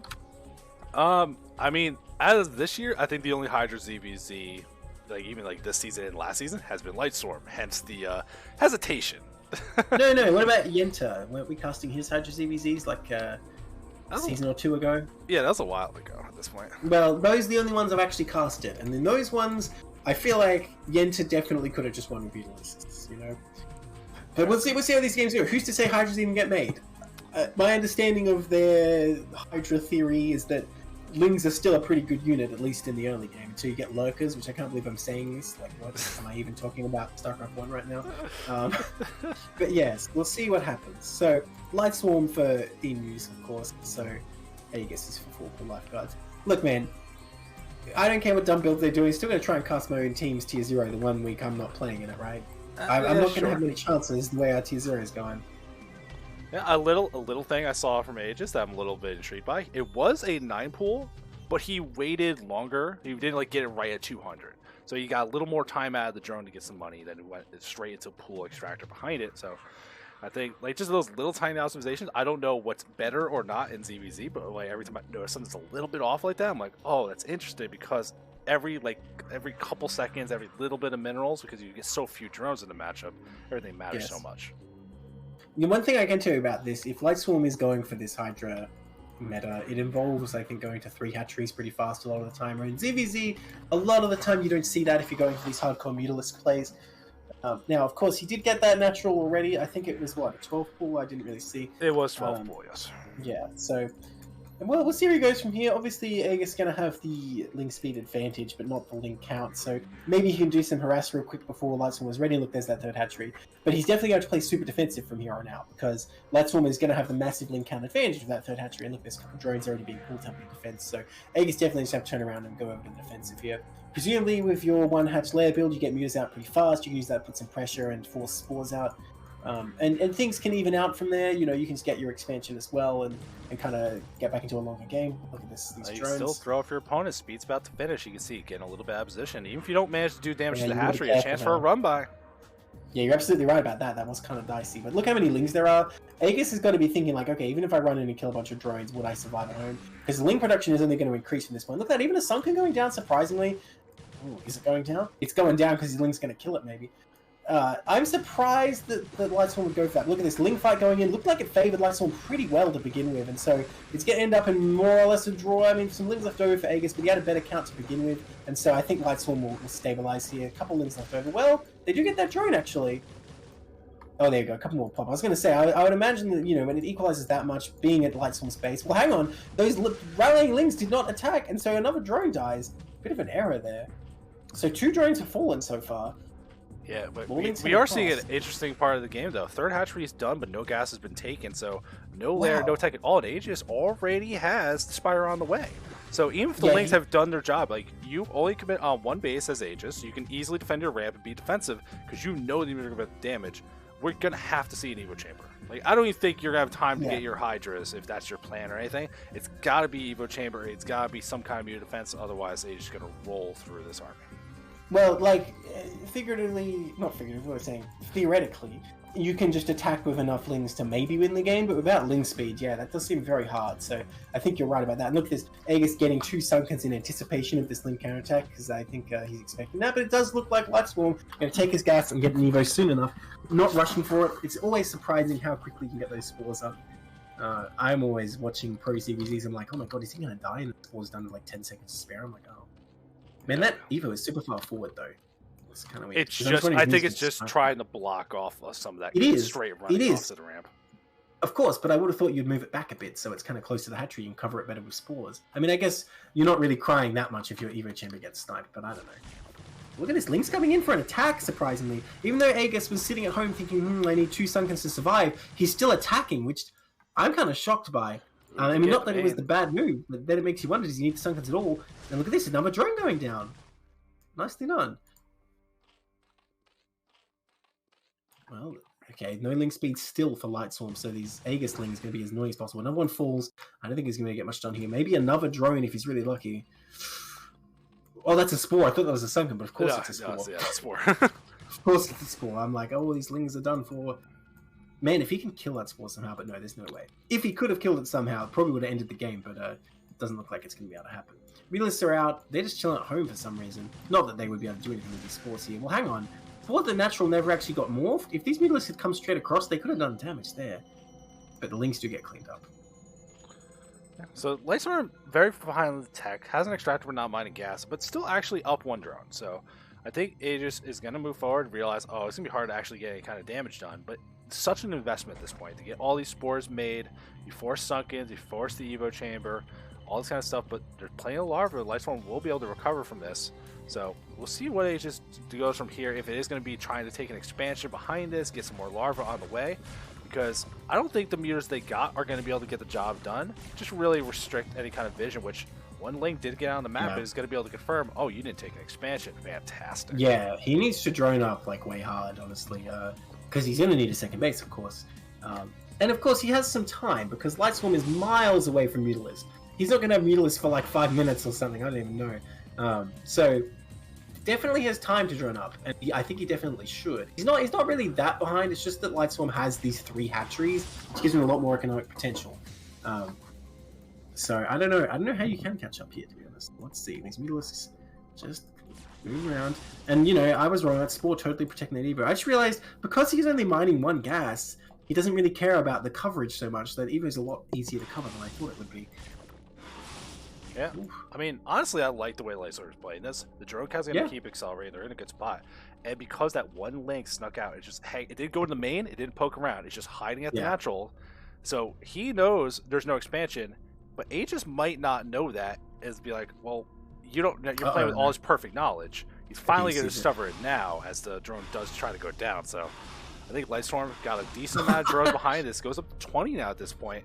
So the supply is about even, and the tech advantage will eventually even up between these two as gas finally started getting mined from Lightstorm. Aegis even spat in that drone's face with the Zergling's face with the drone.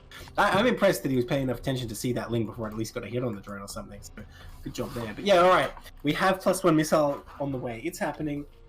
It's happening. It's starting to harass that gas. Now, what does Aegis do from here? Do you just try and turtle on 2 base? Is that the play, or do you have to take a 3rd base? I mean, he's still way behind the drone count. That's the problem. Well, I guess the question is, how many meters do you need to break that one sunken? Maybe the one in the middle line at the natural would be the target you're really looking for. He's trying to harass his sunken, manage to get it down. Creeps being made, so whatever value you can find is good, but let's warm up to 26 drones. This is going to get out of hand. We do see armor being researched on the way, so that'll be helpful, but see, this is the kind of game where it's like, if you're not experienced versus playing this that much, I think it's going to be very easy for Aegis to make the wrong decision. It's just, I won't know what I'm looking at as the wrong decision. He is trying to get some damage done. He's get bruised and hasn't lost any just yet. I was hoping he would kill that. It'd be so low. I mean, this is nice harassment. Definitely getting some work done, but like the amount of drones being produced is actually insane. Like I was saying, with 3 hatcheries, your economic potential is just so high, and Aegis has been kind of sluggish about droning, I feel, up until this point. 11 drones, still 30. And like I was saying, I got a question in this scenario. I guess because he has no lair, he can't go Mutalisk for like so long that the Hydras are gonna really give him like a much sooner attack. Even if they're not as efficient against these Mutalisks, he's just gonna have so much more economy here. And again, though, Aegis getting nice pickoffs here and keeping these Mutalisks alive very well. So far, not going too badly on the harass fronts. For look at this, checking for bases as well, which I think is very important. All right, so I got a question for you. In the first 2 games, on your team, were the Zerg players on your team both times? Or was it a mix? Oh, in the ZVPs? Who was it? It was Type 100 and then Magna? Yes, they both were. So, both of them went super hard drones. Lightstorm's going super hard drones. Yeah. I think we found your team's stereotype. They even want to do it in ZVZ. They love drones so much. That's funny. I think we found the key to how this team's going to play, guys. Big scouting info. Don't tell our secrets. Look, if I get Zerg, I'm going 9 full speed, so if only I switched. Alright, the Hydras are out. +1 missile even going to finish. Are you even supposed to get +1 missile though? Hang on now, shouldn't you have got Carapace? I'm really surprised you got +1 missile, to be honest. Because against Mutalisk, of course, Carapace is always going to be a better option. I'm not sure because they do attack very fast and the damage number is already kind of low. True. Because we do see the +1 air armor behind this, so I don't know if it's just to kind of keep that in balance where it's not getting completely out of hand how tanky they get. It says Carapace is too gas heavy. There's no way to like finagle the build to mine 50 more. Really? It's only 50 more.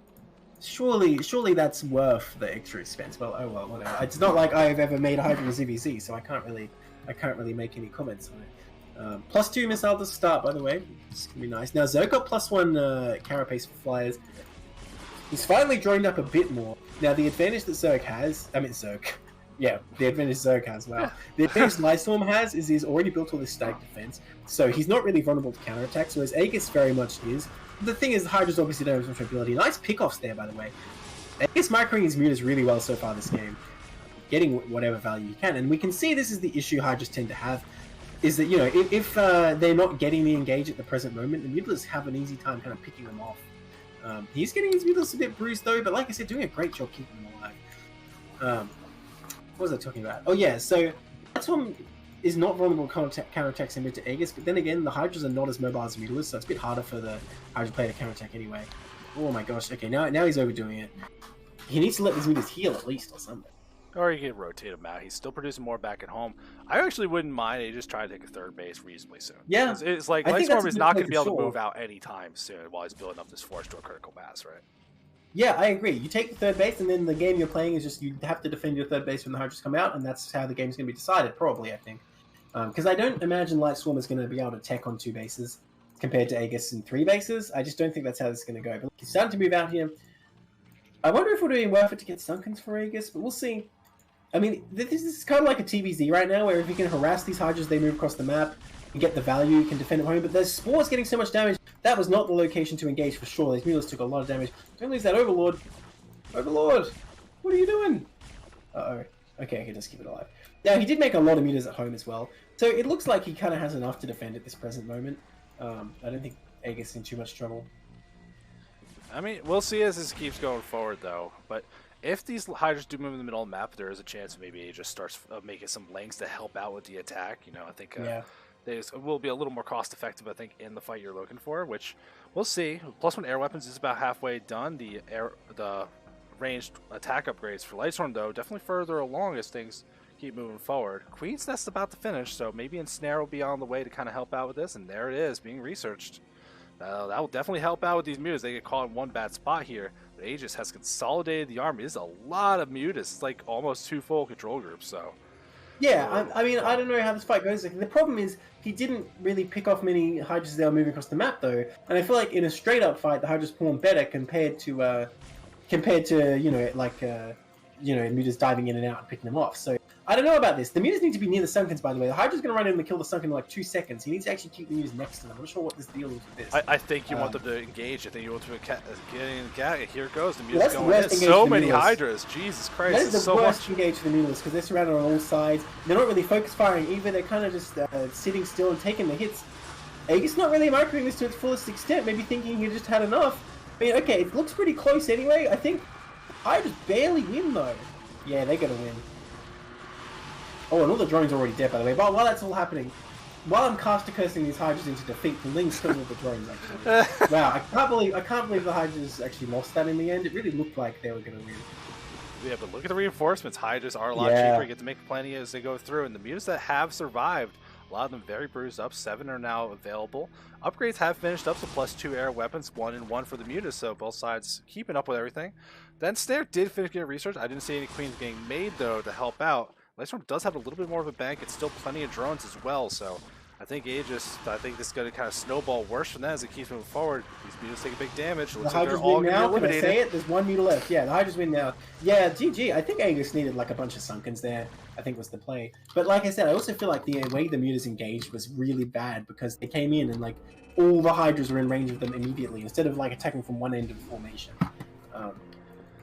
That's what I'm saying. It was a bit of an edgy time because +2 only started halfway through the fight. Yeah, okay, fair enough.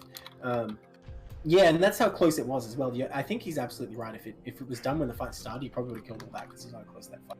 Yeah. Well, I mean, yeah, I think also just like if Aegis earlier took he had time to take another hatchery, whether just for macro or another base. Yeah, if there was like a group of Lings in there instead of like 1 or 2 less mutas, I think that could have made a big difference as well. So I think both sides real knife's edge about how that actually got executed. I'm wondering if he takes the high ground third, you put like 2 Sunkens there, say, and again, it's kind of like a TVZ. Are Hydra's really going to be able to get up there if the mutas help him defend as well? I don't think so. So if you take the third, you sunken up both bases. I think it looks pretty good there, yeah. Well, okay, here we are in game 2. In the 12 o'clock in the red, we have Aegis. And the bottom left, or, you know, what was I calling it before, the 9 o'clock, we have Lightswarm. Currently up on game in this best of 3. Can he take it home for the emus in this game? I mean, are you going to be more happy or sad if Light Swarm wins 2-0 playing Hydra ZVZ? I'm fine with it. I'll take a win for the team, however we can get it. Look, I feel the pain in your voice when you said that. Barisu's on my team. I have to accept whatever strategies come. Well, are you gonna crack? Are you gonna crack him in the shape, or is he's a wild animal? You don't cage him. I mean, you can't cage a beautiful like free bird like that. You have to let it fly. How can you even say that? I'm not calling that would be like destroying a work of art. His play is not a beautiful free bird. I know. I'm not buying it. Wait, come on, you've seen him. How can you say that? No, I mean I have seen him. How could I not say that? I would call that like two raccoons fighting over like bread out of a dumpster. He really gets things kind of weird. Someone like taped a knife to the tail of one raccoon or something. All right, well, look at what we're seeing from both sides again. Aegis before went that like a 9 pool but kept some drones alive. We're not seeing that from either side of this game. I wonder if we're going to see hatchery first or just late pools. It seems like Light Swarm comfortable going with the late pool, just like we saw in game 1. Aegis, though, building up a bank. Will it be a hatchery? Will it be in the main? Yeah, that'll be advantageous, I think, versus this 12 pool. Okay. He's getting in the main. Now, if it goes similar to last game and he gets muted as well, Light Swarm is sitting back on 3 hatch, he's probably going to regret building in the main because you're going to have to make another hatchery to take that second gas. But that said, being on 3 hatch yourself might be worthwhile economically. You know, I'm just thinking about this map as well. It's kind of better for Muta Harass against Hydras. Again, it kind of feels like a TVZ. If they're moving back and forth in these chokes between the main and natural, maybe the Mutas can get a lot of value there. Because we saw Aegis was very tenacious with the Muta harassment last game, and honestly, that part of the game went quite well for him. I thought he got good value out of his Mutalisks, and like if he survived that attack, I think he would have been looking pretty good. But the way I'm thinking about it personally is just because the distance is so small. I really like seeing more kind of lane aggression early. Even if you go into Mutas later, I just want to see like the early lane aggression. I think there's an opportunity to. If your opponent kind of skimps on the defense a little bit, tries to be a little too aggressive, especially since Aegis has that Overlord scouting advantage, he got the right direction. Unfortunately, Light Swarm not so lucky. Well, he's going 3 hatch again. No gas still, of course.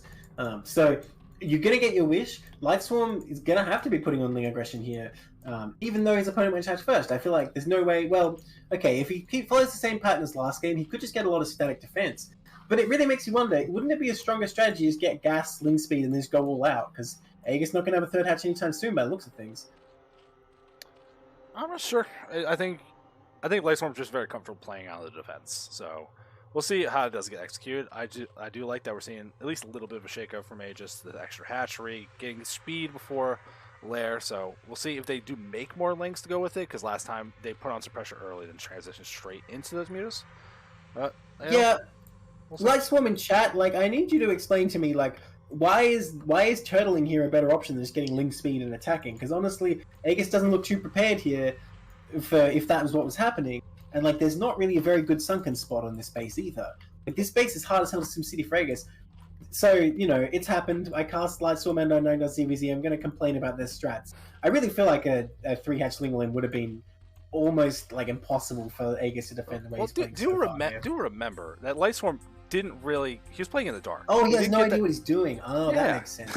Yeah, that's what I was saying. Aegis got that Overlord scouting advantage. He knows what's going up. Ling's moving across the map here. Speed has kicked in, but you see Light Swarm trying to commit to this nice little concave. Sunken already done. Second one being made, still pretty far off here.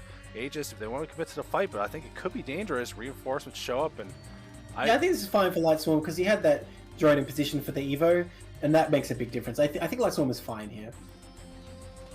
I'm saying that very confidently as the Lings continue to rise in number. I'm like, no, he's not going to die, right? Surely. Now just keep casting what you want to happen, man. Just whatever you want. Yeah, because it always happens, doesn't it? I always say a thing and it happens. That's definitely what happens, right? Not the opposite. Ooh, oh, here you go. I don't like get this. In there. The drones need to help fight. Not pulling the drones. Big mistake from Light Swarm, I think. They really needed here. It's too on top of the Sunken. I don't know. He's going to kill it, man. No, Aegis is just going to kill him. Wow. I'm sorry, Light Swarm. The reason you lost this game was me. Like 100%. Yeah, oh, look, he runs into the main. That's probably the play here, because even though Ling's going to pop out, you're going to kill a lot of drones here. Although, have I cursed it back by saying the game is over and it's actually not? I'm trying to save him, but a bunch of drones are falling. It's good damage so far, and the Lings continue to come. One sunken on its own does not do that much, quite frankly, versus Lings. So Aegis building up for the next round, but his Spire is on the way as well. Yeah, I mean, he said a lot of damage, but Lightstorm's still ahead on drones. So, like, the damage has been done, but not as heavy as it looked. Lightstorm, no spoilers. I know I'm incredibly wrong, but no spoilers. I'm not even looking at the chat, then. He said I don't die here. Oh, yeah, I didn't need to spread this spoiler, did I? Link's coming in here again. Looks like Lightstorm might barely survive. Sunken's doing a lot of damage, man. It's trying the whole nine. It's doing a great job here. So close, my god. If he had 2 more Links, he would have won for sure. But he's coming with another wave. I mean, okay, it's only 4 Lings, but there's nothing between the Lings and the Sunken. They can kill that for sure. Lightstorm is making drones right now. Are you kidding me? What the hell? The confidence. That's crazy. The brutal confidence. Even with Spore being made, which we see that there hasn't been mutas in production yet. Just starting right now. There hasn't been many beforehand. So trying to be preemptive. It does choke up the entry a little bit. It's going to be very hard to get to that Sunken. So Lightstorm doing a great job plugging up the hole there. Aegis should have to back off. And I think we're already seeing that Lightstorm, if they survive the wave, it's going to be pretty decent here. Trying to get some more drone kills. Not enough defense really going through. The Sunken trying to put in the work it can. Lightstorm still up in drones. Oh, and again to the main. 5 more survive. Dude, if he can kill the spores in the main, okay, I guess he can't because his Lings. Oh my god, that Overlord though. Are you kidding me? Overlord, no. Oh, how tragic. Okay, these Lings trying to run away. Oh. Yeah, it looks like Lightstorm defended that fine as well. The mid is starting to build up, but the spores are done. And Lightstorm still ahead 1 drone, I guess, and like he has 3 hatches and 1 of them already finished, whereas Aegis is still building one of his. Yeah, I guess he's going to be fine. Wow, this is like an even game now, except that Aegis has the lair, that's the only thing. Yeah, but I mean, we saw what happened last game. That Lightstorm has 2 bases established. Knew that it's like, oh, my defense is going to be pretty good. You have to really build up and use the time. He lost that Mutalisk. That was not worth. Oh no, he's losing another one. Oh, disaster for Aegis right now. Those are expensive, man. Those aren't your Zerglings. Those are your key units. Those are your Mutalisks. Yeah, we are seeing a different style, at least a little bit from Aegis. Getting an evolution chamber here. We are also getting a 3rd hatchery at the expansion a lot quicker than we saw last game. So adaptation for Aegis to play against this style differently, even though the openers were different. It looks like we were getting to the same mid game. I think the biggest difference we're looking at though is there's not as many Sunkens to help defend this front. So, you know, maybe if you build up lanes, you try to go for something, and oh no, Aegis is getting missile attacks. Oh no. Man. Saying, all right, you want to play Hydras? Fine. Fine, we'll play Hydras. Maybe that's why he was so careless with the Mutalisk. He doesn't really care about building them up or whatever. I wonder... Yeah, sorry. If you are just not going to go Mutas, you just be like, no, we could play your game, I think I'd go for a Hive and Cracklings instead. I think that'd be my move. One you can get in there, for sure. Yeah. Is that too long a period of time where Lightstorm might attack with Hydras and kill you, right? You need your own Hydras as a stopgap measure, or maybe even Lurkers. I don't know what the plan is here exactly. No Hydrogen going down yet, but that's true for both players, I suppose. So I can't say that that Aegis doesn't know what he's doing if Lightstorm is the one bringing the Hydras to the table. Well, I mean, there's your Hydrodens as you immediately cast a curse. Hey, to be fair, I just said no Hydrodens yet. I didn't say they weren't going down. Oh, There's one Mutalisk. Oh my god. Oh, 1 Ling. A lot stronger than 1 Mutalisk sometimes. Uh-oh. Run, drone, run. Okay, nice. Good job by Aegis. Will we be able to save it? Damn. Nope. Nice try. Drones never get saved. Lightstorm just really drawing up hard behind this. That number, I keep seeing the production. It keeps shooting up. Both players, though, very good economies moving forward. Both on 2 base. So they're going to be able to really kind of get things moving. Lightstorm is going to start working on their lair. Feels like it will be necessary to get some of those upgrades moving forward. But I don't see any particular advantage from either player. But it does make me wonder, if you're playing something a little offbeat like this, are you going to be in a good spot playing against the dude that does it voluntarily? Like, Lightstorm's got to feel a lot more comfortable with Aegis this game, right? Yeah, I don't know. I feel like the big advantage is that Aegis doesn't have any Sunkens to deal with like Ling run bys, but now that Hydras are out for both players, I don't really know where this goes, man. I was saying my PvZ knowledge was exhausted in these other games. That wasn't like completely true, but now my ZvZ knowledge is absolutely exhausted. I know that Lurkers are a good unit. I know that Defilers obviously is still an extremely good unit once you get there.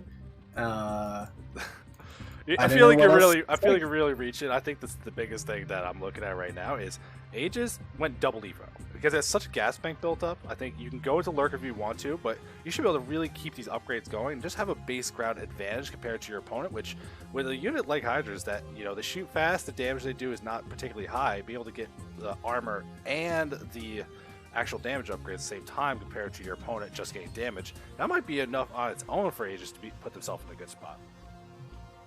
Yeah, I don't know. I really don't. 6 o'clock. This is cheeky, but I love it. That's never going to get seen. Yeah, for sure. Well, you say that, but there's a Ling patrolling around to every base in sequence right now, so it might get seen a lot sooner than you'd expect. No, wait. The Mutalisk, though. Nope, it's not going to catch it. The cat and mouse game, come on. Yeah, that's right. The Mutalisk definitely the cat in the scenario, but the Ling pulls back. It doesn't look where it needs to look. And now it's going to get murdered.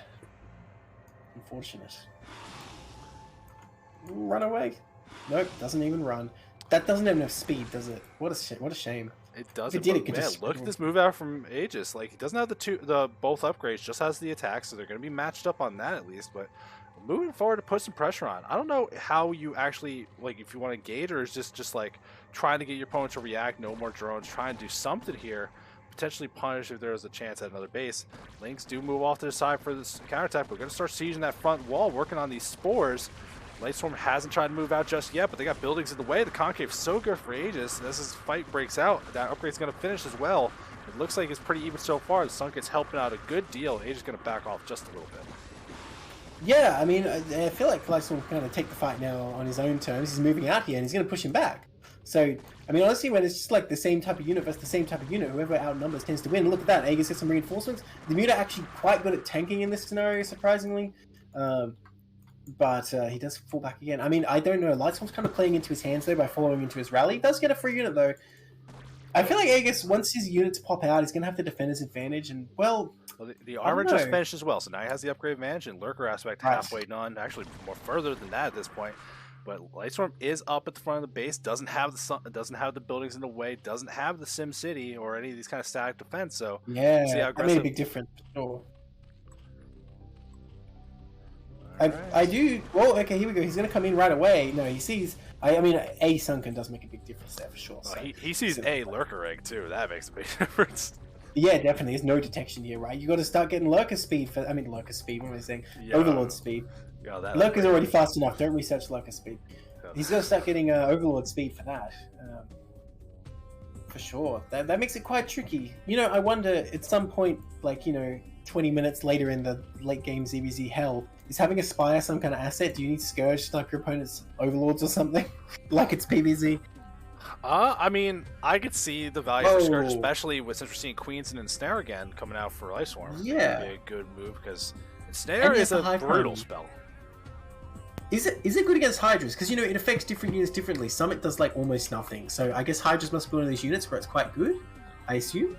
I don't know if it affects them the same way it does Marines. I'm kind of just going off it probably. Someone in chat look up real quick. Like, Marines are more the exception than the rule, for sure. Lightstorm knows for sure. No one needs to look it up. Lightstorm knows for sure. Yeah, tell us in the chat, Lightstorm. That's true. Look up Lightstorm and tell him. Ask him. Look, the thing is, Marines are like more effective than almost any other unit. That's the thing. Oh. It affects a lot of units very differently. Oh, that is so cool. Like what I'm saying, ensnared lurkers are revealed. That's sick. Wait, even after they burrow, that's interesting. But is that really the reason you get it?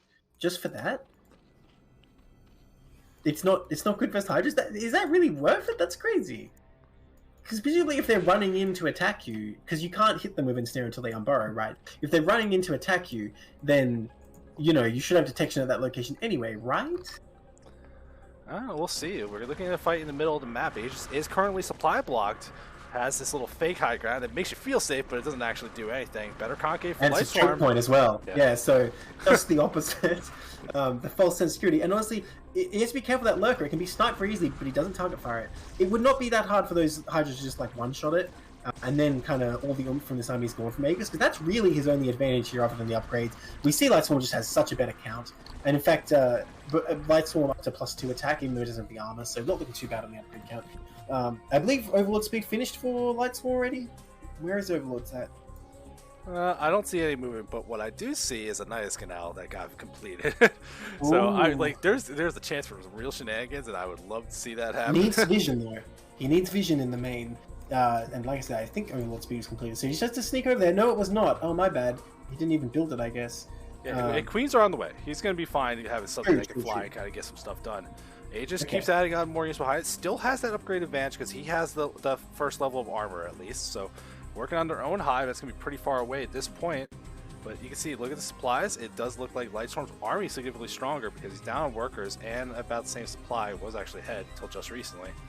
No. And this hidden base, though, starting to kick in. I mean, okay, Lightstorm's getting his own third up, but already there's a few drones over here from Aegis. It's just as well for Lightstorm, the engagements have really gone his way so far. That's the only thing that really... Oh, and look, loses that queen. Here's where I'm questioning the queens. Like, you know, they can... That Spire is an asset, I knew it. It's like in PvZ, you know, having the Spire is necessary in a longer game. Has to kill that parasited... Wait, no. Oh, that's the enemy Nidus. I didn't even see it. That's the whole point. Yeah, I guess, but he saw it, so... Hey, but that pulled all those Hydras out of position. This is a chance for Lightstorm to be aggressive. There's a lot of Hydras, though. Yeah. You can see... I don't think he can get in there, no. Lightstorm has to back off for now. I would like to see him drone up that third. If you're going to make the third, you might as well use it. And honestly, I'm surprised he hasn't got any lurkers out yet. I guess we'll see how good these queens really are.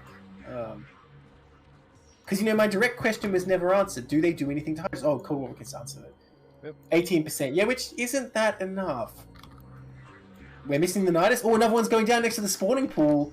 Ooh.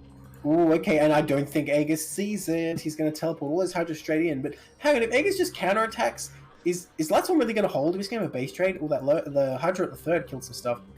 Lightstorm not even in position to use his Nidus as it's finishing up here. Oh my god. Oh my god, it's happening. Okay, it's finished. But Aegis is attacking at the exact same moment. Is this really the best play? I mean, yeah, you're going to kill your opponent's main, but isn't he going to kill yours? I don't even know what's happening here. In fact, this looks pretty bad for Lightstorm, actually, because there's so many Hydras at Lightstorm's base. I think it's going to kill his stuff a lot quicker than Lightstorm's stuff is going to kill Aegis' base. That's just what it seems like. I don't know. And also, Aegis has the hidden base, which might be a real asset in this. Look at this. Aegis already coming back in with the Hydra Lurker to clean this up. I think Aegis is just going to win this game. I don't know. I'm trying to observe all these fights at the same time. It's a little bit difficult. It does look at the pushing through here. Lightstorm, I think, got the worst end of that. They lost all their tech and all their production abilities. That's kind of the biggest thing we're looking at here. Well, the Hydra Den's still alive, though. What do you care about anything else right now? Like, he just needs to keep pushing, right? And he is. The Lurker X trying to block... Hydras aren't that bad against Lurker X. If he really wanted to power those down, he probably could have. But now the attack probably has to end because there's no Overlords hanging around. But hang on, you got to burrow that bad boy. Oh, okay, it gets down. But I mean, he lost a mining base, and like I think just Aegis. Oh, he's getting his ass kicked by this Lurker right now, though. Oh my god. Okay, I was gonna say, like, he lost his mining bases, and I think, you know, Aegis is gonna be able to contain him now as well. So I don't think that was worth for Lightstorm. Lightstorm, GG's. Well, I can't believe I didn't think I'd be like saying this, but I think the reason Lightstorm lost that ZVZ is because he didn't make any lurkers. You see, they give a pretty strong defensive presence. You just had a couple to like deter that counterattack as well. He really could have made something happen. So we're gonna go to game 3 here. Yeah, it seems like we're getting there. Very interesting, diverse styles here. But I think we go on the Polypoid. You might be able to give us something more normal. Now, it's been Hydras twice. Does Aegis? Because I feel like that game, first one's like, I'm doing what I wanted to. Hydras being made, right? There's no way. Well, I'm thinking more as like, first game, you know, it's like, oh, okay, you're this kind of guy. Second game, it's like the adaptation because of the Hydra play. Is there a build you can just do that just beats Hydra play? It's like, this is why people don't do this, and we'll see if Aegis got one of those for this game. I mean, I suppose so. Alright, in the bottom right here, in the green, we have Lightsworn. And the top left in the orange, we have Aegis, currently tied 1-1 in this best of 3. Here on Polypoid, once again. Cross positions, surely that gives them time to get the Hydras out. I know they're going to do it. Don't even ask me again. It's going to happen. I just want to know if you're having a good time. Yeah, sure.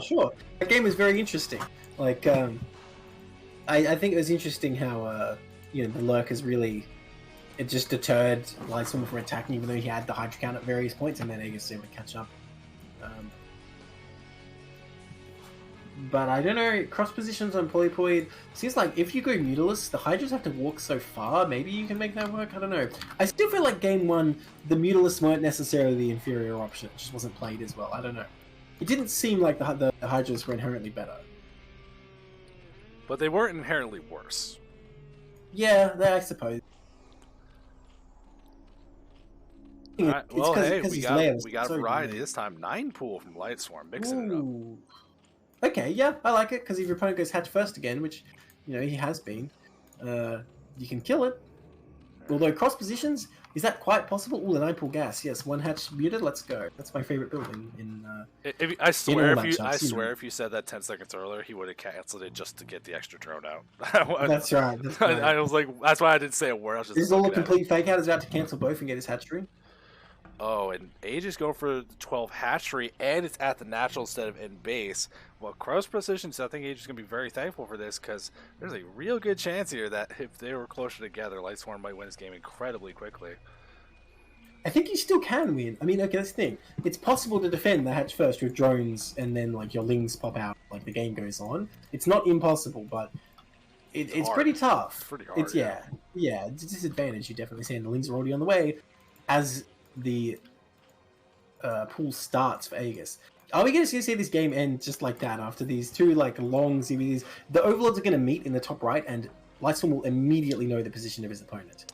In fact, he probably already has a pretty good guess because the Overlord hasn't arrived at his natural, so he's thinking it's either top right or cross, right? That's what you think. Now, I do actually like what we see, though. I think just strategy-wise, right?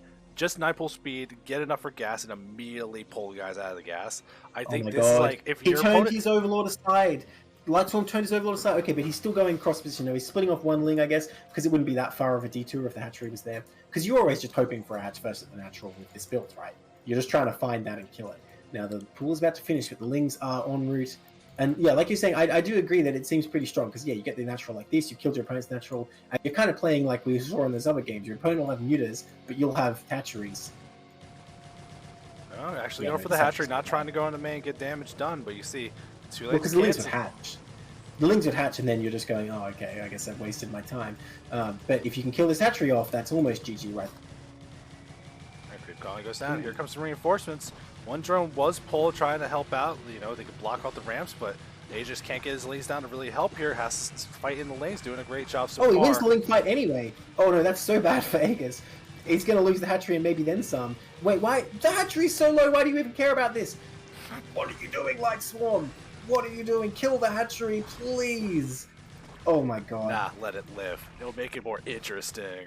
Why is he killing everything but the hatchery? I guess he wants to, like, make sure he can kill him completely if the Sunkens are down? I don't know.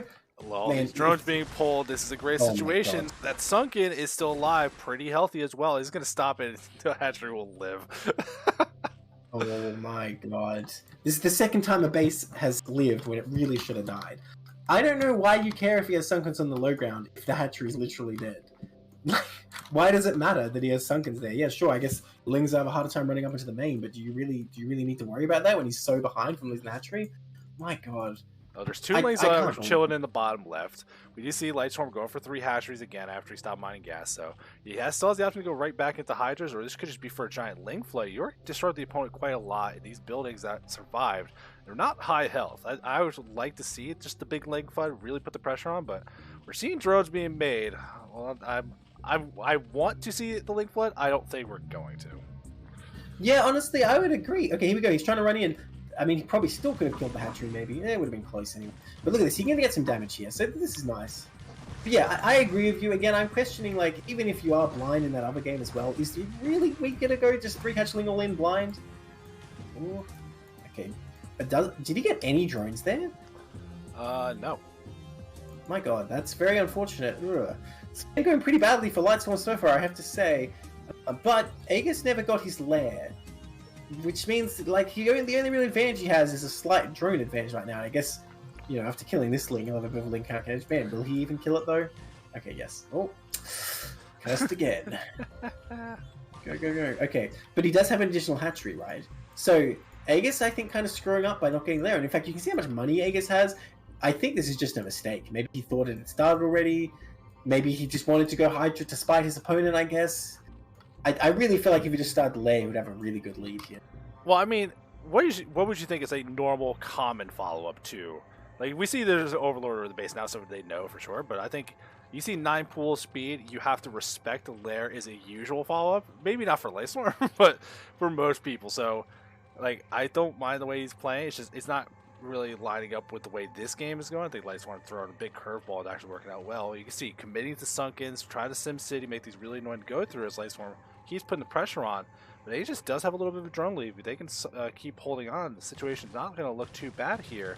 Lightstorm working on that range attack upgrade. They're going right back onto their normal track, and they should be able to make a lot of drones behind us and get that economic advantage they are so used to having. Yeah, I mean, okay, Aegis got these couple Sunkens defending, but, well, how about... Oh, no, you don't want to attack that. Lightstorm, get out of there. But yeah, Lightstorm already droning ahead of him. And, like, we see Carapace research on the way. See, this is what I was saying. Like, why don't you get Carapace? But again, if there's no Mutalisks, I guess attack is actually better anyway. Look at that. He's going to have Hydra speed first. Ooh, the timings. Here in this ZBZ, the Hydra speed timing, very important. I mean, we're seeing little stuff here from Aegis. It feels like they're trying to figure out what's going to be the answer on the fly. You know what I mean? Like, this is clearly not practice. Like, no, for a second, I thought it was attacking that hatchery. I was like, what are you doing? It's so low. Man, you know what? Once he has like 10 Hydras or whatever, he can just run in and like 2-shot this hatchery as well. I'm sorry, I shouldn't like keep bringing it up. I can't get over the fact this game would be over already. Oh my god. It's funny. Go ahead, man. Like, yeah, double gas going down for Lightstorm. Let's look at Lightstorm's base. He's got a perfectly healthy hatchery. And what's that building? Is that another Evo? Damn. So, really playing the long game here, trying to power up a lot.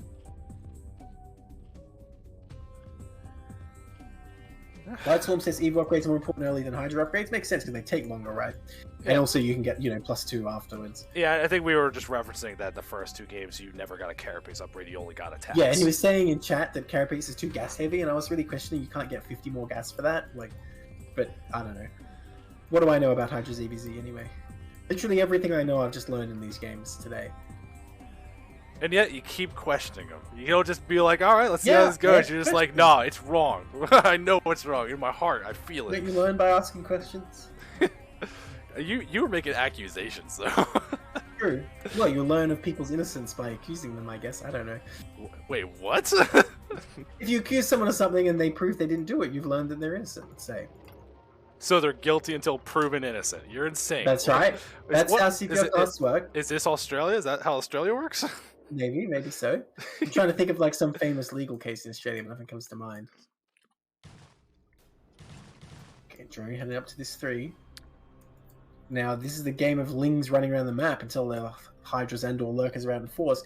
Interesting that you spend so much time getting the upgrades before you actually go into the Hydras here. Now, look at that.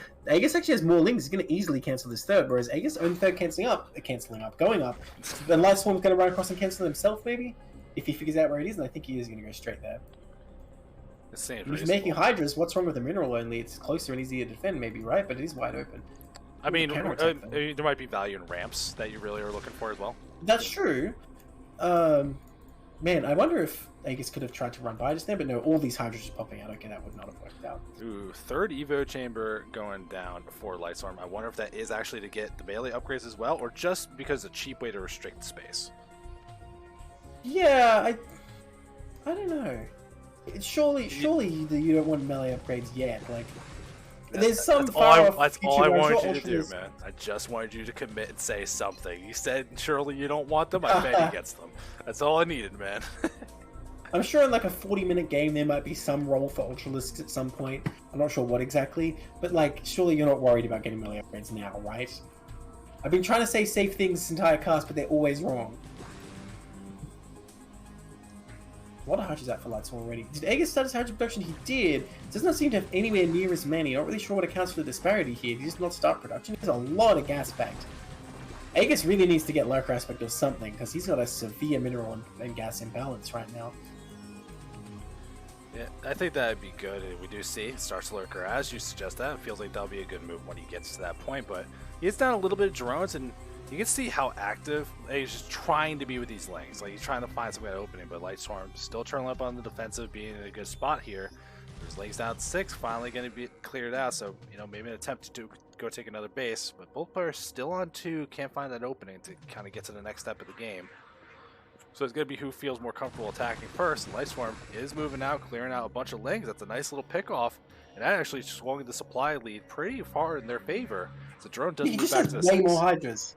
Way more, and I don't really know why. It's just because he was able to drone up a bit more. I don't really understand. What just happened? It seemed like everything was pretty even, and then suddenly Lightswarm has like a whole control group more of Hydras. Well, both players are trying to take their next bases at this 12 and 6 respectively. Burrow being researched, both players getting lurkers and keeping their upgrades moving as well. So we do see speed on the way for Lightswarm. Did Aegis get Overlord speed yet? I didn't see it. I'm trying to look if there's any Overlords moving, but I don't see any moving. I don't believe he has it. Oh yeah, no, I see him moving on. He certainly does not. Yeah, that could be a big deal when you actually get lurkers on both sides. If you don't have Overlords in position, yeah, for sure. Now the lurkers are a little ways away, and it's hard to use them offensively though, because I feel like Hydras can gun them down. Look, this third base not going to be protected at all. See, you can imagine if he was taking them Rунal only, it'd be easy to defend the natural and the third at the same time. As it stands, he can't really do that. Now, Lightswarm not actually sending anything in this case. Oh, here we go, finally. But the counterattack might be deadly. I don't know. Jaeger's coming across here. One player just needs to commit to something. Okay, here we go. Lightswarm going to come in and take out this third. But the Overlord going to give away the counterattack. I mean, he can leave a few Hydras to kill his hatchery and come back, right? So that's what he's going to do. Does he have enough at home to defend? Looks dicey, but I think he does. But he's going to lose his own third again. Players just trading thirds back and forth here.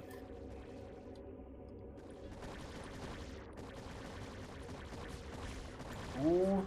Okay, Aegis forces get pinned against this cliff here. Hydra's coming in, actually slaughtering them. Will he get his third hatchery? Looks like he will, but I'm not going to commit to anything the way this game's going. Okay, it dies. And Aegis is going to get away with a good amount of his force. But again, the Hydra count is so much higher for Lightswarm. I think, oh, he's going to cut them off as well. And Hydra's fire pretty fast. Not much is going to get through this, like, gauntlet right here. Only 3 Hydras moving off there. Oh, it's going to be 2. I think as soon as Lightswarm can pin Aegis down, he's going to murder him. What has Aegis even got? Well, he's got lurkers on the way. There's no real detection for Lightswarm available. Is there time for him to morph though? The Hydras will gun down lurker eggs in this kind of numbers. And +2 as well. Like, I don't think they have time to morph. Look, he's going to get right in there. He realizes what's going on here. He's going to get right on top. In fact, even if they hatch, will they have time to burrow? I think these Hydras will just delete them. And one egg's going to fall here. They hatch. Oh. Look how fast they die. Full damage, baby. Full damage from those Hydras. Absolutely crushed it. Wow, that was like really fast. You think lurkers die fast when marines surround them? God damn, that was too fast. And now what has Aegis got? Can he make like a full wall with lurker eggs or something? He's got a burrowed Hydralisk here. I'm not really sure what that's doing. I mean, he's got burrowed. Surprise attack. I don't know. I think there's just going to be too much here. The only one slugging here to help defend. Buildings are in the way, but the range units, so not really doing what you're looking for. The defense keeps falling for ages. Lightswarm just has too much stuff here, even as the more aggressive upgrades. Now on 2-2 as well, so just straight up better. GG. It's going to be enough. Yeah, you know, if he had those lurkers like 30 seconds earlier, he probably would have held on, right? But again, I keep saying, if he took them only instead of trying to take these orthogonal bases as well and just defended that, maybe it could have gone different. Wow, what a game. I guess Aegis not shy to go Hydras too, huh? So all I heard was we did 1 ZVZ series with 5 Zergs going Hydras. Nice. Yeah, 5 out of 6. Yeah, crazy. Alright, that's 2-1 victory for Lightswarm though, another one for UED. And that's the final game we're going to cast today. Wait, didn't quite get the whole group done. How much did UED win? They won 3 out of 4. I see why you wanted to cast this. You're such a homer, bro. Such a homer. Well, I didn't play, so more victories are likely. Yep, but I feel like that's what we got for us tonight. We will be casting some brand of Tier 3 tomorrow, so if you guys are around to check that out, it's going to be a good time. To be determined what series. It won't be this matchup, though, to keep it all balanced. Fair enough. So. Alright then, see you guys, what is it, 7 p.m.? Yeah, 7 p.m. sounds good.